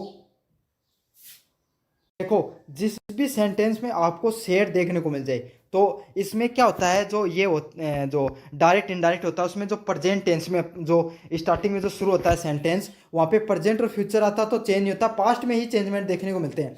तो आपको कैसा पता चलेगा कि पास्ट है या फिर फ्यूचर प्रेजेंट है, तो जहाँ पर आपको ही से दिख जाए या सेज दिख जाए तो ये क्या होते हैं, ये आपके हमेशा प्रेजेंट टेंस में होते हैं, इनमें टेंस में कोई भी चेंज नहीं होता। लेकिन ये पर्सन आएगा नहीं आपके सामने, कैसा पर्सन आएगा, जहाँ पर लिखा होगा he said that, he said से शुरू होगा तो वो वाला सेंटेंस आएगा। जैसे मैं आपको एग्जांपल में समझाऊं, ये वाला ऑप्शन पर्सन है जहाँ पर आपको सैड देखने को मिले। सैड किसका होता है, से की सेकंड फॉर्म क्या होती है, सैड होती है, पास्ट में होता है, तो पास्ट में क्या होता है, टेंस चेंज होता है। समझ में आ गया। तो आपको सैड देखने को मिलेगा, उसी में ये नियम लागू करना है। बाकी सेज और से और सेज भी लागू नहीं करना है। तो आप सैड देखेगा तो आप उसमें क्या करोगे, सबसे पहले आपको देखने को मिलेगा present simple tense. Present simple tense में कौन सी वर्ब आती है, एस या एस लगा हुआ मिल जाएगा, या वर्ब की फर्स्ट फॉर्म मिल जाएगी। जैसे मैं आपको एग्जांपल दूं, वर्क, क्या तो आपको वर्क देखने को मिल जाएगा या वर्क्स देखने को मिल जाएगा, जहाँ पे लास्ट में एस या ई एस देखने को मिल जाए, वर्ब की फर्स्ट फॉर्म मिल जाए, और या फिर डू या डज देखने को मिल जाए। क्या देखने को मिल जाए आपको? एलपी वर्ब के रूप में डू डज देखने को मिल जाए, वर्ब की फर्स्ट फॉर्म देखने को मिल जाए, वो क्या होगा? उसे पास्ट प्रेजेंट सिंपल टेंस बोलते हैं। और उसको किस में बदलना है? पास्ट सिंपल में बदलना है। पास्ट सिंपल क्या आती है? वहाँ पे वर्ब की सेकंड फॉर्म आएगी, लास्ट में ईडी जुड़ा होगा या फिर डिड आएगा। तो कैसे बदलेगा मैं बता देता हूँ आपको। जैसे एस या एस लगा हुआ है, तो जैसे एग्जांपल देके बताऊँ, वर्क लिखा हुआ है ना, तो ये वर्क, ये वर्ब की फर्स्ट फॉर्म वर्क, तो ये किस में बदलेगी? ये प्रेजेंट सिंपल का उदाहरण है, ये किस में बदल जाएगा? वर्ब की सेकंड फॉर्म में बदल जाएगा, मतलब ये बदल जाएगा, वर्क लग जाएगा इसकी। वर्ब की सेकंड फॉर्म क्या होती है? वर्क की सेकंड फॉर्म होती है वर्कड। समझ में आ गया आपको? या फिर डू डज अगर आपको देखने को मिल जाए तो वो किस में चेंज हो जाएगा? डिड प्लस वर्ब की फर्स्ट फॉर्म में चेंज हो जाएगा। तो आपको क्या करना है? प्रेजेंट सिंपल में अगर आपको कोई चीज़ दे रखी है, एस या यस लगा रखा है या डू डज दे रखा है, उसको वर्ब की सेकंड फॉर्म में या फिर डिड में आपको चेंज कर देना है। आगे उदाहरण से और समझा दूंगा। अगले वाला प्रेजेंट कंटिन्यूअस टेंस। तो प्रेजेंट कंटिन्यूअस टेंस क्या है? प्रेजेंट कंटिन्यूअस टेंस है वो क्या होगा? इज, एम और आर, वो किस में चेंज हो जाता है? वो चेंज होता है पास्ट कंटिन्यूअस टेंस कौन सा होता है? वाज या वर में। कौन से में चेंज होता है? वाज या वर में चेंज हो जाता है। कि मैं एक उदाहरण दे के समझाऊं, यहाँ पर है ही said that I am learning English. तो यहाँ पर कौन सा टेंस है? सेड आ गया, मतलब ये पास्ट टेंस में है। और अब यहाँ पर क्या एम लिखा हुआ है, तो एम मतलब verb, M plus I N G है, तो मतलब क्या है? ये प्रेजेंट कंटिन्यूअस टेंस है। तो अब ये किस में चेंज होगा? वाज या वर में चेंज होगा, प्लस वर्ब की जो फिर फोर्थ फॉर्म होती है एनजी वाली फॉर्म, उसमें होगा। अब मैं आपको समझा दूं, प्रेजेंट जो सिंगुलर के लिए वो हो जाता है, और जो आपका प्लूरल होता है उसके लिए क्या आता है? वर देखने को मिलता है। तो आई है वो क्या है? एक सिंगुलर फॉर्म होती है, तो उसके हिसाब से क्या देखने को मिलेगा आपको? वो देखने को मिल गया, वो या वर में चेंज हो गया। समझ में आ गया ना आपको अच्छे से? अगले वाले टेंस की बात करें, प्रेजेंट परफेक्ट टेंस। तो प्रेजेंट परफेक्ट टेंस में क्या होता है? हैज या हैव देखने को मिलेगा आपको। उदाहरण में क्या देखने को मिलेगा? हैज है प्लस वर्ब की थर्ड फॉर्म देखने को मिलेगी। हैज सिंगुलर के लिए, हैव वर्ब के प्लूरल के लिए। समझ में आ गया? दे हो गया आपका, यू हो गया, वी हो गया, आई के साथ भी हैव का प्रयोग होता है। तो इन सब के साथ क्या आता है? हैव होता है। और बाकी साथ ही, सी, इट हो गया, और इनके साथ क्या देखने को मिलता है आपको? हैज देखने को मिलता है। तो वो किस में चेंज होगा? वो चेंज होगा आपका हैड प्लस वर्ब की थर्ड फॉर्म में आपको चेंज देखने को मिलेगा। समझ में आ गया आपको सारा का सारा? उदाहरण अगर नीचे देखो, मैं देखता हूं अगर कोई वाला, देखो उदाहरण ये वाला रहा, डायरेक्ट स्पीच में ही said I have finish my work. तो यहाँ पर क्या देखने को मिला आपको? हैव देखने को मिला है। हैव, आई के साथ मैंने क्या बताया? हैव आएगा। अब क्या सेड है तो पास्ट टेंस में, अब इसको कैसे बदलेंगे? हैव किस में बदल गया? हैड प्लस वर्ब की थर्ड फॉर्म में बदल गया। तो समझ में आ गया? है जो किस में बदलेगा? हैड प्लस वर्ब की थर्ड फॉर्म में बदलने वाला है। अगले वाले बात करें अपन पास्ट सिंपल की। तो पास्ट सिंपल में कैसे कैसे बदलेगा? पास्ट सिंपल में आपको क्या देखेगा? वर्ब की सेकंड फॉर्म या डिड देखने को मिलेगा। वो किस में बदलता है? पास्ट परफेक्ट टेंस में बदलता है। पास्ट परफेक्ट मतलब क्या होगा? हैड में चेंज होगा। समझ में आ गया? हैड प्लस वर्ब की थर्ड फॉर्म में होगा। तो ये भी एक और उदाहरण के साथ दिखा देता हूं मैं। यहाँ पर ऐसा कोई उदाहरण दे नहीं रखा है शायद तक, ऐसा इसमें कोई उदाहरण नहीं दे रखा है, लेकिन मैं बनाकर बता देता हूँ आपको। समझ लो, यहाँ पर आई लर्न इंग्लिश आ गया। क्या आ गया? आई, ये वाला ले लो आप नीचे वाला। He said I finished my work. I finish my work आ गया, तो वो किस में चेंज होगा? He said that she had finished her work, क्योंकि वर्ब की सेकंड फॉर्म थी। वर्ब की सेकंड फॉर्म क्या होता है? पास्ट सिंपल होता है, पास्ट सिंपल टेंस होता है। और चेंज किस में होगा? पास्ट परफेक्ट टेंस में चेंज होगा, हैड प्लस वर्ब की थर्ड फॉर्म में चेंज होगा। समझ में आ गया आपको? बस यही वाला होता है। अगले वाला क्या होता है? विल या सेल हो गया, वो किस में चेंज होता है? वुड या शुड में चेंज हो जाता है। तो ये सारे के सारे टेंस के चेंज है, मैंने एग्जांपल के साथ बता दें आपको। अगले वाला चेंज क्या होता है? जहाँ पे आपको टुडे लिखा मिले, वहाँ पे आपको क्या लिख देना है? दैट डे लिख देना है। टुमेरो की जगह आपको क्या, द नेक्स्ट डे लिख देना है। यस्टरडे की जगह आपको क्या लिखना है? नीचे वाला जो इनडायरेक्ट स्पीच उसमें द प्रीवियस डे लिखना होता है। नाउ की जगह आपको देन लिखना होता है। हेयर की जगह देर, दिस की जगह दैट, और दीज की जगह दोज लिखना होता है। तो इन सबको आपको ऐसा का ऐसा स्क्रीनशॉट ले लो और याद कर लेना आपको। क्या? टुडे बदलता है दैट डे में, टुमारो बदलता है द नेक्स्ट डे में, यस्टरडे बदलता है द प्रीवियस डे में, नाउ देन में, हेयर देयर में, दिस दैट में और दीज दोज में। ना भी बदलो, कम से कम सुन दो एक बार, तो आप क्या होगा, जब चेंजमेंट आएगा तब आप अच्छे से कर दोगे। अब सबसे पहले बात करूं, सेंटेंस का जैसा टाइप होगा उस हिसाब से भी चेंज होते हैं। जो असर्टिव टेंस होता है इसमें क्या होता है, हेल्पिंग वर्ब के रूप में क्या देखने को मिलता है आपको, दैट है वो लगाया जाता है। कहाँ पर कैसे यूज होगा वो मैं आपको अच्छे से और बताऊंगा। सबसे पहले ही said I am learning English, तो ऐसा पर्सन आपको मोस्टली आएगा असर्टिव सेंटेंस का ही। समझ में आ गया? तो आपको किस में चेंज करना है, आपको ही सेड, ये डंडी हटा दी आपने, ये देख रहे हो ना कोटेशन वाली, तो इसकी जगह किसका प्रयोग करोगे, दैट का प्रयोग करोगे आप। समझ में आ गया? अब यहाँ पर आई क्या है, फर्स्ट फॉर्म है। आई क्या है, यहाँ पर ये जो आपका फर्स्ट सब्जेक्ट है ये किसके हिसाब से चेंज होता है, ये चेंज होता है सब्जेक्ट के हिसाब से। तो आई का क्या है यहाँ पे ही, तो ही का सब्जेक्टिव केस क्या आएगा, ही का ही आ जाएगा। समझ में आ गया? फिर क्या था, आई एम है, एम किस में बदल गया, मैंने क्या बताया था, प्रेजेंट जो कंटिन्यूस टेंस है वो किस में चेंज हो गया, पास्ट कंटिन्यूस टेंस में चेंज हो गया, वॉज आ जाएगा। फिर आपको पता है वॉज प्लस वर्ब की फिर फोर्थ फॉर्म आती है, वॉज लर्निंग इंग्लिश, ऐसा का ऐसा आपने लिख दिया। तो आपको समझ में आ गया आपको क्या करना है, जो आई वी यू फर्स्ट सब्जेक्ट होते हैं, आई वी ये चेंज होते हैं यहाँ पर लिखे हुए सब्जेक्ट के अनुसार, ही के अनुसार, यू है वो चेंज होगा किसके अनुसार, ऑब्जेक्ट के अनुसार, और ही सी इट अगर लिखा हुआ है वो चेंज बिल्कुल भी नहीं होते हैं। तो ये नियम भी आपको समझ में आ गया। अगले वाला, he said that I have finish my work, तो मैंने इसके एक एक एग्जाम्पल ही समझाऊंगा आपको। इंट्रोगेटिव सेंटेंस की बात करें तो इंट्रोगेटिव सेंटेंस में हमेशा क्या देखने को मिलता है आपको, एक्स आस्क्ड के साथ आस्क तो आएगा, वहाँ पर क्या सेड का सेड ऐसे कैसा रहा था, यहाँ पर आस्क आएगा, और इफ या वेदर आपको देखने को मिलेगा। स्किप मत करो वीडियो, अच्छे से देखो आप पूरा का पूरा, थोड़ी बहुत चीज़ें से तो कम से कम समझ में आएंगी, कुछ तो लिख कर आओगे आप, ऐसा कैसा छोड़ने से तो अच्छा ही है। ही said that do you like pizza, तो यहाँ पर आपको मैंने क्या बताया, यू आया है, यू आया, वो यू किसके हिसाब से चेंज होता है, यू ऑब्जेक्ट के अनुसार चेंज होता है, और ऑब्जेक्ट यहाँ पर कोई है नहीं तो क्या होता है, हमेशा आई ऑब्जेक्ट होता है। तो यहाँ पर क्या हुआ, ही सेड की जगह सेड की जगह क्या आता है इंट्रोगेटिव सेंटेंस में, आस्क में आता है, और असर्टिव में सेम टू सेम आ जाता है। तो उसने क्या कहा, ही आस्क्ड, इफ या वेदर आएगा, फिर कंजक्शन के रूप में इफ या वेदर आ गया, यू था उसका तो सब्जेक्टिव केस आ गया आई, और फिर क्या था, डू था, तो डू किस में बदल गया, वर्ब की सेकंड फॉर्म लाइक्ड आ गया, और पिज्जा का पिज्जा आ गया। समझ में आ गया? अब आपका कमांड या ऑर्डर वाला सेंटेंस देखने को मिलेगा, तो इसमें करवाऊंगा मैं आपको। यहाँ पर क्या होता है, जो सेड है वो किस में चेंज हो जाता है, आपको रिक्वेस्ट हो गई, कमांड हो गई, उसमें चेंज हो जाता है। तो इसमें कहा he said please help to me, तो ही रिक्वेस्टेड मी, और यहाँ पर आपको क्या लिख देना, सेड की जगह रिक्वेस्टेड लिख दिया, मी, फिर टू यहाँ पर कंजक्शन आएगा टू, और जो ऐसा कैसा प्लीज़ वगैरह है, ओपन वगैरह, उसको ऐसा कैसा हटा देना है, और सीधा का सीधा सेंटेंस लिख देना है, टू हेल्प मी। तो यहाँ पर रिक्वेस्ट सेड की जगह क्या आता है, रिक्वेस्ट हो गया, कमांड हो गया, ये आएगा, फिर टू कंजक्शन का प्रयोग करके ऐसा कैसा सारा का सारा सेंटेंस लिख देना है, बस प्लीज़ हो गया, ये सब चीज़ें आपको हटा देनी है। फिर बात करूँ आपको एक्सक्लेमेटरी सेंटेंस की। एक्सक्लेमेटरी सेंटेंस देख लो, ये वाले होते हैं जिसमें आपको क्या बताया गया है, he said what a beautiful flower, तो उसने ही एक्सक्लेम्ड दैट, एक्सक्लेम्ड का प्रयोग होगा, एक्सक्लेम मतलब विद सोरो, दुख अल्लास आ गया तो सोरो आ गया।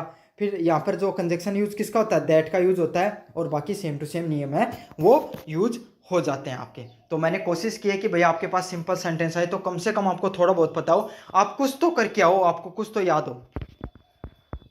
अब ये तो था आपका जो डायरेक्ट इनडायरेक्ट, भाई इतना ही समझा पाऊंगा, वैसे तो बहुत टाइम लगता है, डायरेक्ट इनडायरेक्ट की बहुत लंबी क्लास हो सकती है, लेकिन अगर आपने थोड़ा बहुत पढ़ रखा तो आपका रिवीजन जरूर हो जाएगा। अगले वाला है एक्टिव पैसिव के जो करवाने आपको। अब क्या होता है, एक्टिव वॉइस होता है, एक्टिव वॉइस होता है, उसमें क्या होता है, subject plus verb plus object आपको देखने को मिलता है। और जो पैसिव होता है, पैसिव में क्या होता है, एक्टिव में क्या होता है, जो करता है, जो सब्जेक्ट है वो कार्य कर रहा होता है। पैसिव में क्या होता है, पैसिव का अर्थ क्या होता है, निष्क्रिय, तो जहाँ पर सब्जेक्ट निष्क्रिय हो, सब्जेक्ट के द्वारा कोई कार्य नहीं किया जाए, उसे पैसिव कहा जाता है। तो जो स्ट्रक्चर होता है वो एक्टिव का क्या होता है, सब्जेक्ट वर्ब प्लस ऑब्जेक्ट, और उसमें उल्टा हो जाएगा, पैसिव में क्या होगा, object plus verb plus subject होगा, तो उसमें उल्टा करके लिख दिया जाता है। समझ में आ गया? जैसे यहाँ पर क्या, राम राइट्स ए लेटर, तो राम के द्वारा लेटर लिखा गया। तो यहाँ पर लेटर लिखने का कार्य कौन कर रहा है, राम कर रहा है। राम है वो यहाँ पर करता है, सब्जेक्ट वही इस कार्य को कर रहा है। पैसिव में क्या है, the subject receive the action, तो सब्जेक्ट है वो कोई कार्य नहीं कर रहा था, वो एक्शन को एक्सेप्ट स्वीकार कर रहा था। यहाँ पे क्या होता है, object helping verb past of participle by plus subject आपको देखने को मिलता है। तो यहाँ पर क्या होता है, object plus helping verb plus verb की third form plus by plus object वो आपको देखने को मिलता है। तो जैसे a letter is written by Ram, तो लेटर है वो किसके द्वारा लिखा गया, राम के द्वारा लिखा गया। तो यहाँ पर सब्जेक्ट क्या, लेटर, तो क्या लेटर खुद थोड़ी लिखेगा, नहीं नहीं नहीं, ये कार्य तो राम के द्वारा किया गया है, लेकिन लेटर तो यहाँ पर निष्क्रिय है, सब्जेक्ट यहाँ पर निष्क्रिय होता है, बस एक्शन रिसीव किया जा रहा है सब्जेक्ट के द्वारा। तो समझ में आ गया, जहाँ पर एक सब्जेक्ट का कोई कार्य नहीं होता है वही पैसिव होता है। अब टेंस चेंज करके बताऊं आपको, इसमें टेंस किस में चेंज होते हैं, अगले वाले में टेंस है वो चेंज हो जाता है। जैसे प्रेजेंट सिंपल टेंस है वो किस में चेंज हो जाएगा, आपका जो प्रेजेंट सिंपल टेंस है वो किस में चेंज हो जाएगा, प्रेजेंट कंटिन्यूअस टेंस में चेंज हो जाएगा। तो इसका क्या होगा, इसमें होगा जैसे ही सी रेड ए लेटर, तो वर्ब की फर्स्ट फॉर्म है वो किस में चेंज हो जाएगी, वो चेंज हो जाएगी is am are plus verb की third form plus by plus object में चेंज हो जाएगी। समझ में आ गया। उदाहरण के साथ आपको समझा दूं, she reads a letter a book, तो सी रीड ए बुक मतलब एक प्रेजेंट सिंपल टेंस है, तो आपको सबसे पहले ऑब्जेक्ट को लिखना है। तो क्या लिख दिया आपने, ए बुक लिख दिया।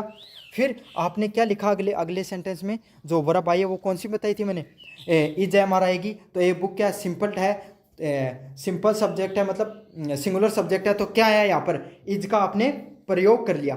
फिर वर्ब की थर्ड फॉर्म, रीड की तीनों फॉर्म ही क्या होती हैं, रीड रीड रीड ही होती हैं, तो रीड लिख दिया। और फिर बाई प्लस सब्जेक्ट है उसका ऑब्जेक्टिव केस हर आ गया, तो see a book is read by her. समझ में आ गया आपको। प्रेजेंट सिंपल टेंस है, वर्ब की फर्स्ट वाला है वो किस में चेंज होता है, is am are plus verb की थर्ड फॉर्म में चेंज होता है। अगले वाला सेंटेंस है पास्ट सिंपल। पास्ट सिंपल में क्या होगा, वर्ब की सेकंड फॉर्म है वो किस में चेंज होगी, वॉज या वर प्लस वर्ब की थर्ड फॉर्म में चेंज होगी वो। समझ में आ गया। तो क्या ही एट एन एप्पल, तो ये कैसे हुआ, एन एप्पल, तो एप्पल है वो क्या सिंगुलर सेंटेंस है, तो वॉज प्लस वर्ब की third form eaten by him. समझ में आ गया आपको, इस तरीके से करना है आपको। अगले वाला है फ्यूचर सिंपल टेंस, तो he will finish the work, तो ये क्या होगा, जो सिंपल है तो वो किस में चेंज हो जाएगा, कंटिन्यूअस में चेंज हो जाएगा, फ्यूचर कंटिन्यूअस। तो विल बी का प्रयोग होगा, विल बी प्लस वर्ब की थर्ड फॉर्म। तो यहाँ पे ऑब्जेक्ट क्या, द वर्क को लिख देना है, फिर will be finished plus by them के साथ आएगा। फिर अगले वाले की बात करें, प्रेजेंट कंटिन्यूअस। प्रेजेंट कंटिन्यूअस और पास्ट कंटिन्यूअस है, ये क्या होते हैं, एक्सेप्शनल केस होते हैं। इसमें अगले वाले में चेंज नहीं होता, सेम में चेंज होता है। तो he is painting A wall, तो पहले ऑब्जेक्ट को लिखोगे ए वॉल। इनमें क्या होता है, ये चेंज होता है is am are plus being plus जो वर्ब की third form plus by plus object में। समझ में आ गया। तो यहाँ पर इज एम आर के बाद में बीइंग आएगा, फिर वर्ब की थर्ड फॉर्म आती है। तो जहाँ पर इज एम आर दिखे आपको, वहाँ पर इज एम आर का जो प्रयोग हो रहा है वैसा का वैसा सिंगुलर प्लूरल के हिसाब से कर लेना, प्लस उसके बाद में बीइंग लगा देना, फिर वर्ब की थर्ड फॉर्म लगा देना, और बाई प्लस क्या लिख लेना, ऑब्जेक्ट है उसका प्रयोग कर देना। पास्ट कंटिन्यूस टेंस की बात करें तो वॉज क्लीनिंग है वो भी सेम टू सेम होगा। प्रेजेंट कंटिन्यूस और पास्ट कंटिन्यूस का सेम होता है, वहाँ पे is am are plus being plus verb की third form by plus object subject होता है। यहाँ पर क्या होता है, was verb plus being plus verb की third form by plus object का प्रयोग होता है। मॉडल का बात करें तो मॉडल के साथ किसका प्रयोग होता है, बी का प्रयोग होता है। कैन कुड ये सेम टू सेम आएगा, उसके बाद में बी प्लस वर्ब की थर्ड फॉर्म होगी। तो आपको पता है मॉडल हमेशा साथ वर्ब की फर्स्ट फॉर्म लेता है ना, लेकिन आपको पता है और जो एक्टिव पैसिव में वर्ब की थर्ड फॉर्म आती है, तो वर्ब की थर्ड फॉर्म कैसे लगा सकते हो, बी के साथ लगा सकते हो, तो बी प्लस वर्ब की थर्ड फॉर्म इसमें आ जाती है। जैसे ही सी कैन सोल्व द प्रॉब्लम, तो इसका क्या होगा, the problem can be solve by her. समझ में आ गया आपको। अब मुझे पता है आप में से काफ़ी बच्चों को काफ़ी हार्ड लग रहा होगा, काफ़ी टिपिकल लग रहा होगा, लेकिन आपको ऐसे समझ लिया बहुत है, आपको एग्जाम में आप आराम से करके आ जाओगे। अब अपन मॉडल की बात करेंगे, अगले वाला टॉपिक है वो मॉडल देखेंगे। आप बस देख लो इन सब टॉपिक को, आप एग्जाम में पर्सन आएगा कम से कम तुक्के मारने लायक कुछ तो लिखने लायक हो जाओगे। तो आप बस देखते रहो, वीडियो को बिल्कुल भी स्किप नहीं करना आपको। मॉडल क्या होता है, मॉडल का आपको यही याद रखना है, जो अपनी फीलिंग वगैरह एक्सप्रेस करने के कार्य होते हैं, और मॉडल है वो हमेशा साथ वर्ब की फर्स्ट फॉर्म लेता है अपने साथ, इस चीज़ का याद रखना है। लेकिन आपके सामने ऐसा पर्सन नहीं आएगा, आपके सामने क्या आएगा, आपके सामने पर्सन आएगा किस चीज़ का, कि आपको कौन सा मॉडल इसमें फिल करना वो आएगा। जैसे एक एक करके समझा दूंगा जल्दी सी। सबसे पहले बात करें कैन। कैन का क्या कार्य होता है, एबिलिटी और परमिशन देने का कार्य होता है। एबिलिटी मतलब कोई आदमी था ना, कोई कार जिम आया का ऑप्शन आओ कि वो स्विंग कर सकता है, वो दौड़ सकता है, वो खा सकता है, वो कोई कार्य कर सकता है, ऐसी जिस सेंटेंस का अर्थ निकल कर आए तो वहां पर आपको किसका प्रयोग करना है, कैन का प्रयोग करना है। तो ज़्यादातर पर्सन कैन का देखने को मिलता है जिसमें क्या हो सकती है, एबिलिटी दिखाई जाती है कि वो 10 किलो वजन उठा सकता है, वो स्विमिंग कर सकता है, वो बाईसाइकिलिंग कर सकता है, कार राइडिंग कर सकता है। ऐसा जहां पर दिखे वहां पर क्या आएगा, आपका कैन का प्रयोग कर लेना है। अगले वाला प्रश्न है कुड। तो कुड का प्रयोग कैसा होता है, पास्ट एबिलिटी, मतलब सेम ही चीज़ दिखा है लेकिन पास्ट में, कि उसने वो आज से 5 साल पहले 10 किलो वजन उठा सकता था, तो वहां पर किसका प्रयोग होगा, पास्ट एबिलिटी का प्रयोग हुआ। साथ में पोलाइट रिक्वेस्ट, मतलब कोई आदमी से कोई चीज़ की रिक्वेस्ट करोगा, could you give me your pen, तो जो रिक्वेस्ट के लिए भी किसका प्रयोग होता है, कुड का प्रयोग होता है। अगले वाला प्रयोग मे, माइट और मस्ट, तीनों का समझ लेना। मे का प्रयोग एक तो थे इस क्लास में कहो, मे आई कम इन बोला होगा ना, मे आई कमिंग, तो रिक्वेस्ट करने के लिए आपका किसका प्रयोग होता है, मे का प्रयोग होता है, ये तो आपने हमेशा बोला होगा। साथ के साथ पॉसिबिलिटी, मतलब कोई भी घटना उनकी पॉसिबिलिटी दिखाने के लिए किसका प्रयोग किया जाता है, मे का प्रयोग किया जाता है। तो पॉसिबिलिटी मे की क्या होती है, थोड़ी ज़्यादा हो सकती है। समझ में आ गया आपको। इट मे रेन, तो बारिश हो सकती है, आया का चारों तरफ बादल छाए हुए हैं तो बारिश हो सकती है, तो यहाँ पर किसका प्रयोग करोगे आप, मे का प्रयोग करोगे। माइट का प्रयोग करोगे, जैसा कि आज कम बादल छाए हुए हैं लेकिन फिर भी बारिश हो सकती है, तो क्या कम पॉसिबिलिटी हो, कम संभावना हो, वहाँ पर माइट का प्रयोग करना है। मस्ट का स्ट्रॉन्ग पॉसिबिलिटी, कि बहुत जोरदार बादल छाए हुए हैं, थोड़ी थोड़ी बूंदाबांदी शुरू हो गई तो बारिश होगी, तो इसके लिए मस्ट का प्रयोग होगा। या फिर ऐसे सेंटेंस जहाँ पर क्या होगा, आपको कोई भी चीज़ करना अनिवार्य हो, जैसे हमें जो अपने माता पिता हैं, नहीं ये माता पिता वाला नहीं, मतलब आपको कैंसर हो रखा है और आपको स्मोकिंग छोड़ना क्या है, अनिवार्य होगा। आपको आर्मी वाले जो आर्मी संबंधित जो क्षेत्र होता है वहाँ पर जाना क्या होगा, मना होगा। आपको ड्राइविंग लाइसेंस है उसका प्रयोग में लेना अनिवार्य है। तो ऐसे वाले सेंटेंस जो काम करना अनिवार्य होता है वहाँ पर क्या होगा, आपको मस्ट का प्रयोग किया जाता है। शुड की बात करें, कोई भी एडवाइस या सजेशन के लिए प्रयोग किया जाता है, कि जहाँ पर आपको कोई भी इंसान को सलाह दे रहे हो कि आपको सुबह सुबह डेली रनिंग करनी चाहिए, तो ये एडवाइस हो गई। ऐसा सेंटेंस जहाँ पर दिखे आपको शुड का प्रयोग करना है। You should drink more water, तो हमें और ज़्यादा पानी चाहिए करना चाहिए, तो ये क्या एडवाइस व सजेशन है। समझ में आ गया आपको। वुड का प्रयोग किसके लिए किया जाता है, वुड का प्रयोग किया जाता है कोई पोलाइट रिक्वेस्ट के लिए, समझ गया, पास्ट हैबिट के लिए। पोलाइट रिक्वेस्ट क्या हो गई, वुड यू लाइक टी, तो वुड यू लाइक टी मतलब आप चाय लोगे, तो पोलाइट रिक्वेस्ट के लिए कैन का भी प्रयोग किया जाता है, वुड का भी प्रयोग किया जाता है। लेकिन वुड का प्रयोग किस में किया जाता है, पास्ट की जो पोलाइट रिक्वेस्ट है, जो पास्ट की जो रिक्वेस्ट होती है उसके लिए, पोलाइट रिक्वेस्ट के लिए वुड का प्रयोग किया जाता है। तो आपको अगर ऑप्शन में वुड, क्योंकि आपके तो ऑप्शन दे के रखेंगे ना, वुड, कैन, मे ऐसे दे के रखेंगे, तो पोलाइट रिक्वेस्ट, कोई रिक्वेस्ट दिख रही है तो वहाँ पे कुड कर देना या वुड कर लेना। अगले वाला कोई पास्ट की हैबिट हो, तो मोस्ट इंपॉर्टेंट यही है कि पास्ट हैबिट देखने को मिले कि वो डेली मॉर्निंग वॉक पर जा रहा है पिछले 5 साल से, तो वो वाला पर्सन है तो वो वाला वहाँ पर वुड का देखने को पर्याप्त आपको देखने को मिलता है।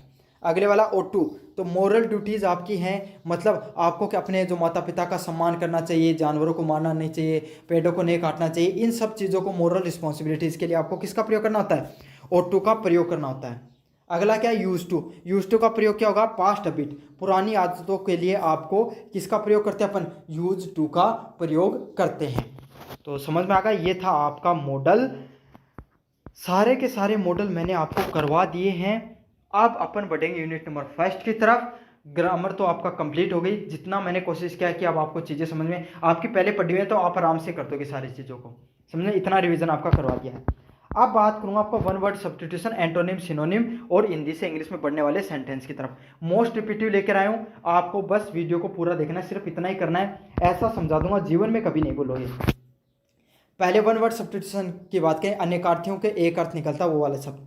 पहले ए person who can read and right, तो ऐसा इंसान जो नया तो पढ़ सकता है ना लिख सकता है, तो पढ़े ना पढ़ करना है, लिख सको उनके खां अनपढ़ी तो खां, निरक्षरी तो खां, तो उसे क्या कहा जाता है, इलिटरेट के नाम से जाना जाता है। तो उसकी स्पेलिंग क्या होगी, ILLITERATE, इलिटरेट। इलिटरेट मतलब निरक्षर व्यक्ति। अच्छे से रट लो, ये पर्सन बहुत बार रिपीट हुआ है। ए person who can't read and right, ऐसा इंसान जो ना पढ़ सके ना लिख सके, उसे क्या बोला जाता है, इलिटरेट के नाम से जाना जाता है। मोस्ट इंपॉर्टेंट क्वेश्चन है अगले वाला, ए पर्सन हु लव बुक्स, तो आया को आदमी जो सारा दिन किताबों में पढ़े रहे, सारा दिन किताबों चाड़ते रहे, तो उन क्या बोला जाता है, बाइबलोफाइल के नाम से जाना जाता है। तो जिसके साथ में लास्ट में आपको फाइल शब्द दिख जाए, इसका अर्थ होता है प्रेमी, वो काम बहुत ज़्यादा करे, और बाइबलो शब्द वो किताबों के लिए आता है। तो क्या बन जाएगा, बाइबलोफाइल, BIBLIOPHILE। तो ऐसे याद कर लो, बाई है वो किताबों से बहुत ज़्यादा प्रेम करती है, तो इसको बाइबलोफाइल से याद कर लेना। समझ में आएगा, बिब्लोफाइल के नाम से इसको जाना जाता है। तो बाई है वो बहुत ज़्यादा किताबों से प्रेम करती है, बहुत ज़्यादा क्या करती है, उसको किताबों से प्रेम है। तो याद हो गया आपको, पुस्तक प्रेमी।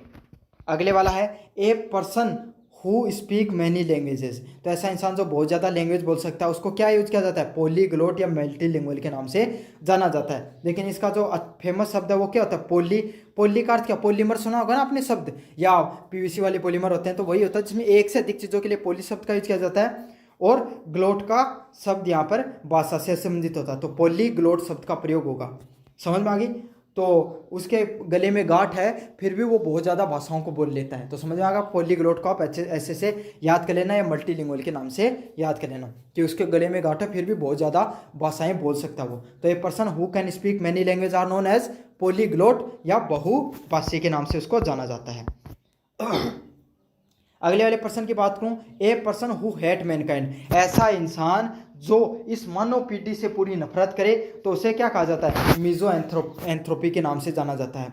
जो मिजो एंथ्रोपी क्या हो गया, MISA, मिसा एंथ्रोपी। तो मिसा नाम की एक लड़की है, वो क्या करती है, पूरी मानव प्रजाति से क्या करती है, नफरत करती है। तो आपको मिसा से याद कर लेना है, कि जो पूरी मानव जाति से क्या करे, नफरत करे। एक उदाहरण के लिए बता रहा हूँ, ऐसा कुछ है नहीं। तो मिसा एंथ्रोपी समझ में आ गया आपको। मिसा नाम की लड़की है, वो क्या कर रही है, पूरे मानव समाज से क्या करती है, घृणा करती है। अगले वाला person, A person who love Mankind, ऐसा इंसान जो मानव प्रेमी है, जो मानवों से प्रेम करता है, वो क्या, उसको किस नाम से जाना जाता है, फिलनएंथ्रोपिस्ट के नाम से जाना जाता है। उसको मानव प्रेमी के नाम तक, मानवता प्रेमी के नाम से उसको जाना जाता है। तो मैंने पहले बताया था, फाइल शब्द का प्रयोग किसके लिए किया जाता है, प्रेम से किया जाता है। और मिजो शब्द का प्रयोग किस लिए किया जाता है, गणना के लिए किया जाता है। तो एंथ्रोपी शब्द होता है इंग्लिश में, वो होता है मानव प्रजाति के लिए होता है। फाइल मतलब प्रेम करने वाला, फाइल शब्द किससे संबंधित आता है, प्रेम से। मिजो मतलब गणना से, तो मिजो मतलब गणना, एंथ्रोपी मतलब मानव प्रजाति। तो मानव प्रजाति से गणना क्या, मिजो एंथ्रोपी। फाइलो एंथ्रोपी मतलब मानव प्रेम करने वाला व्यक्ति।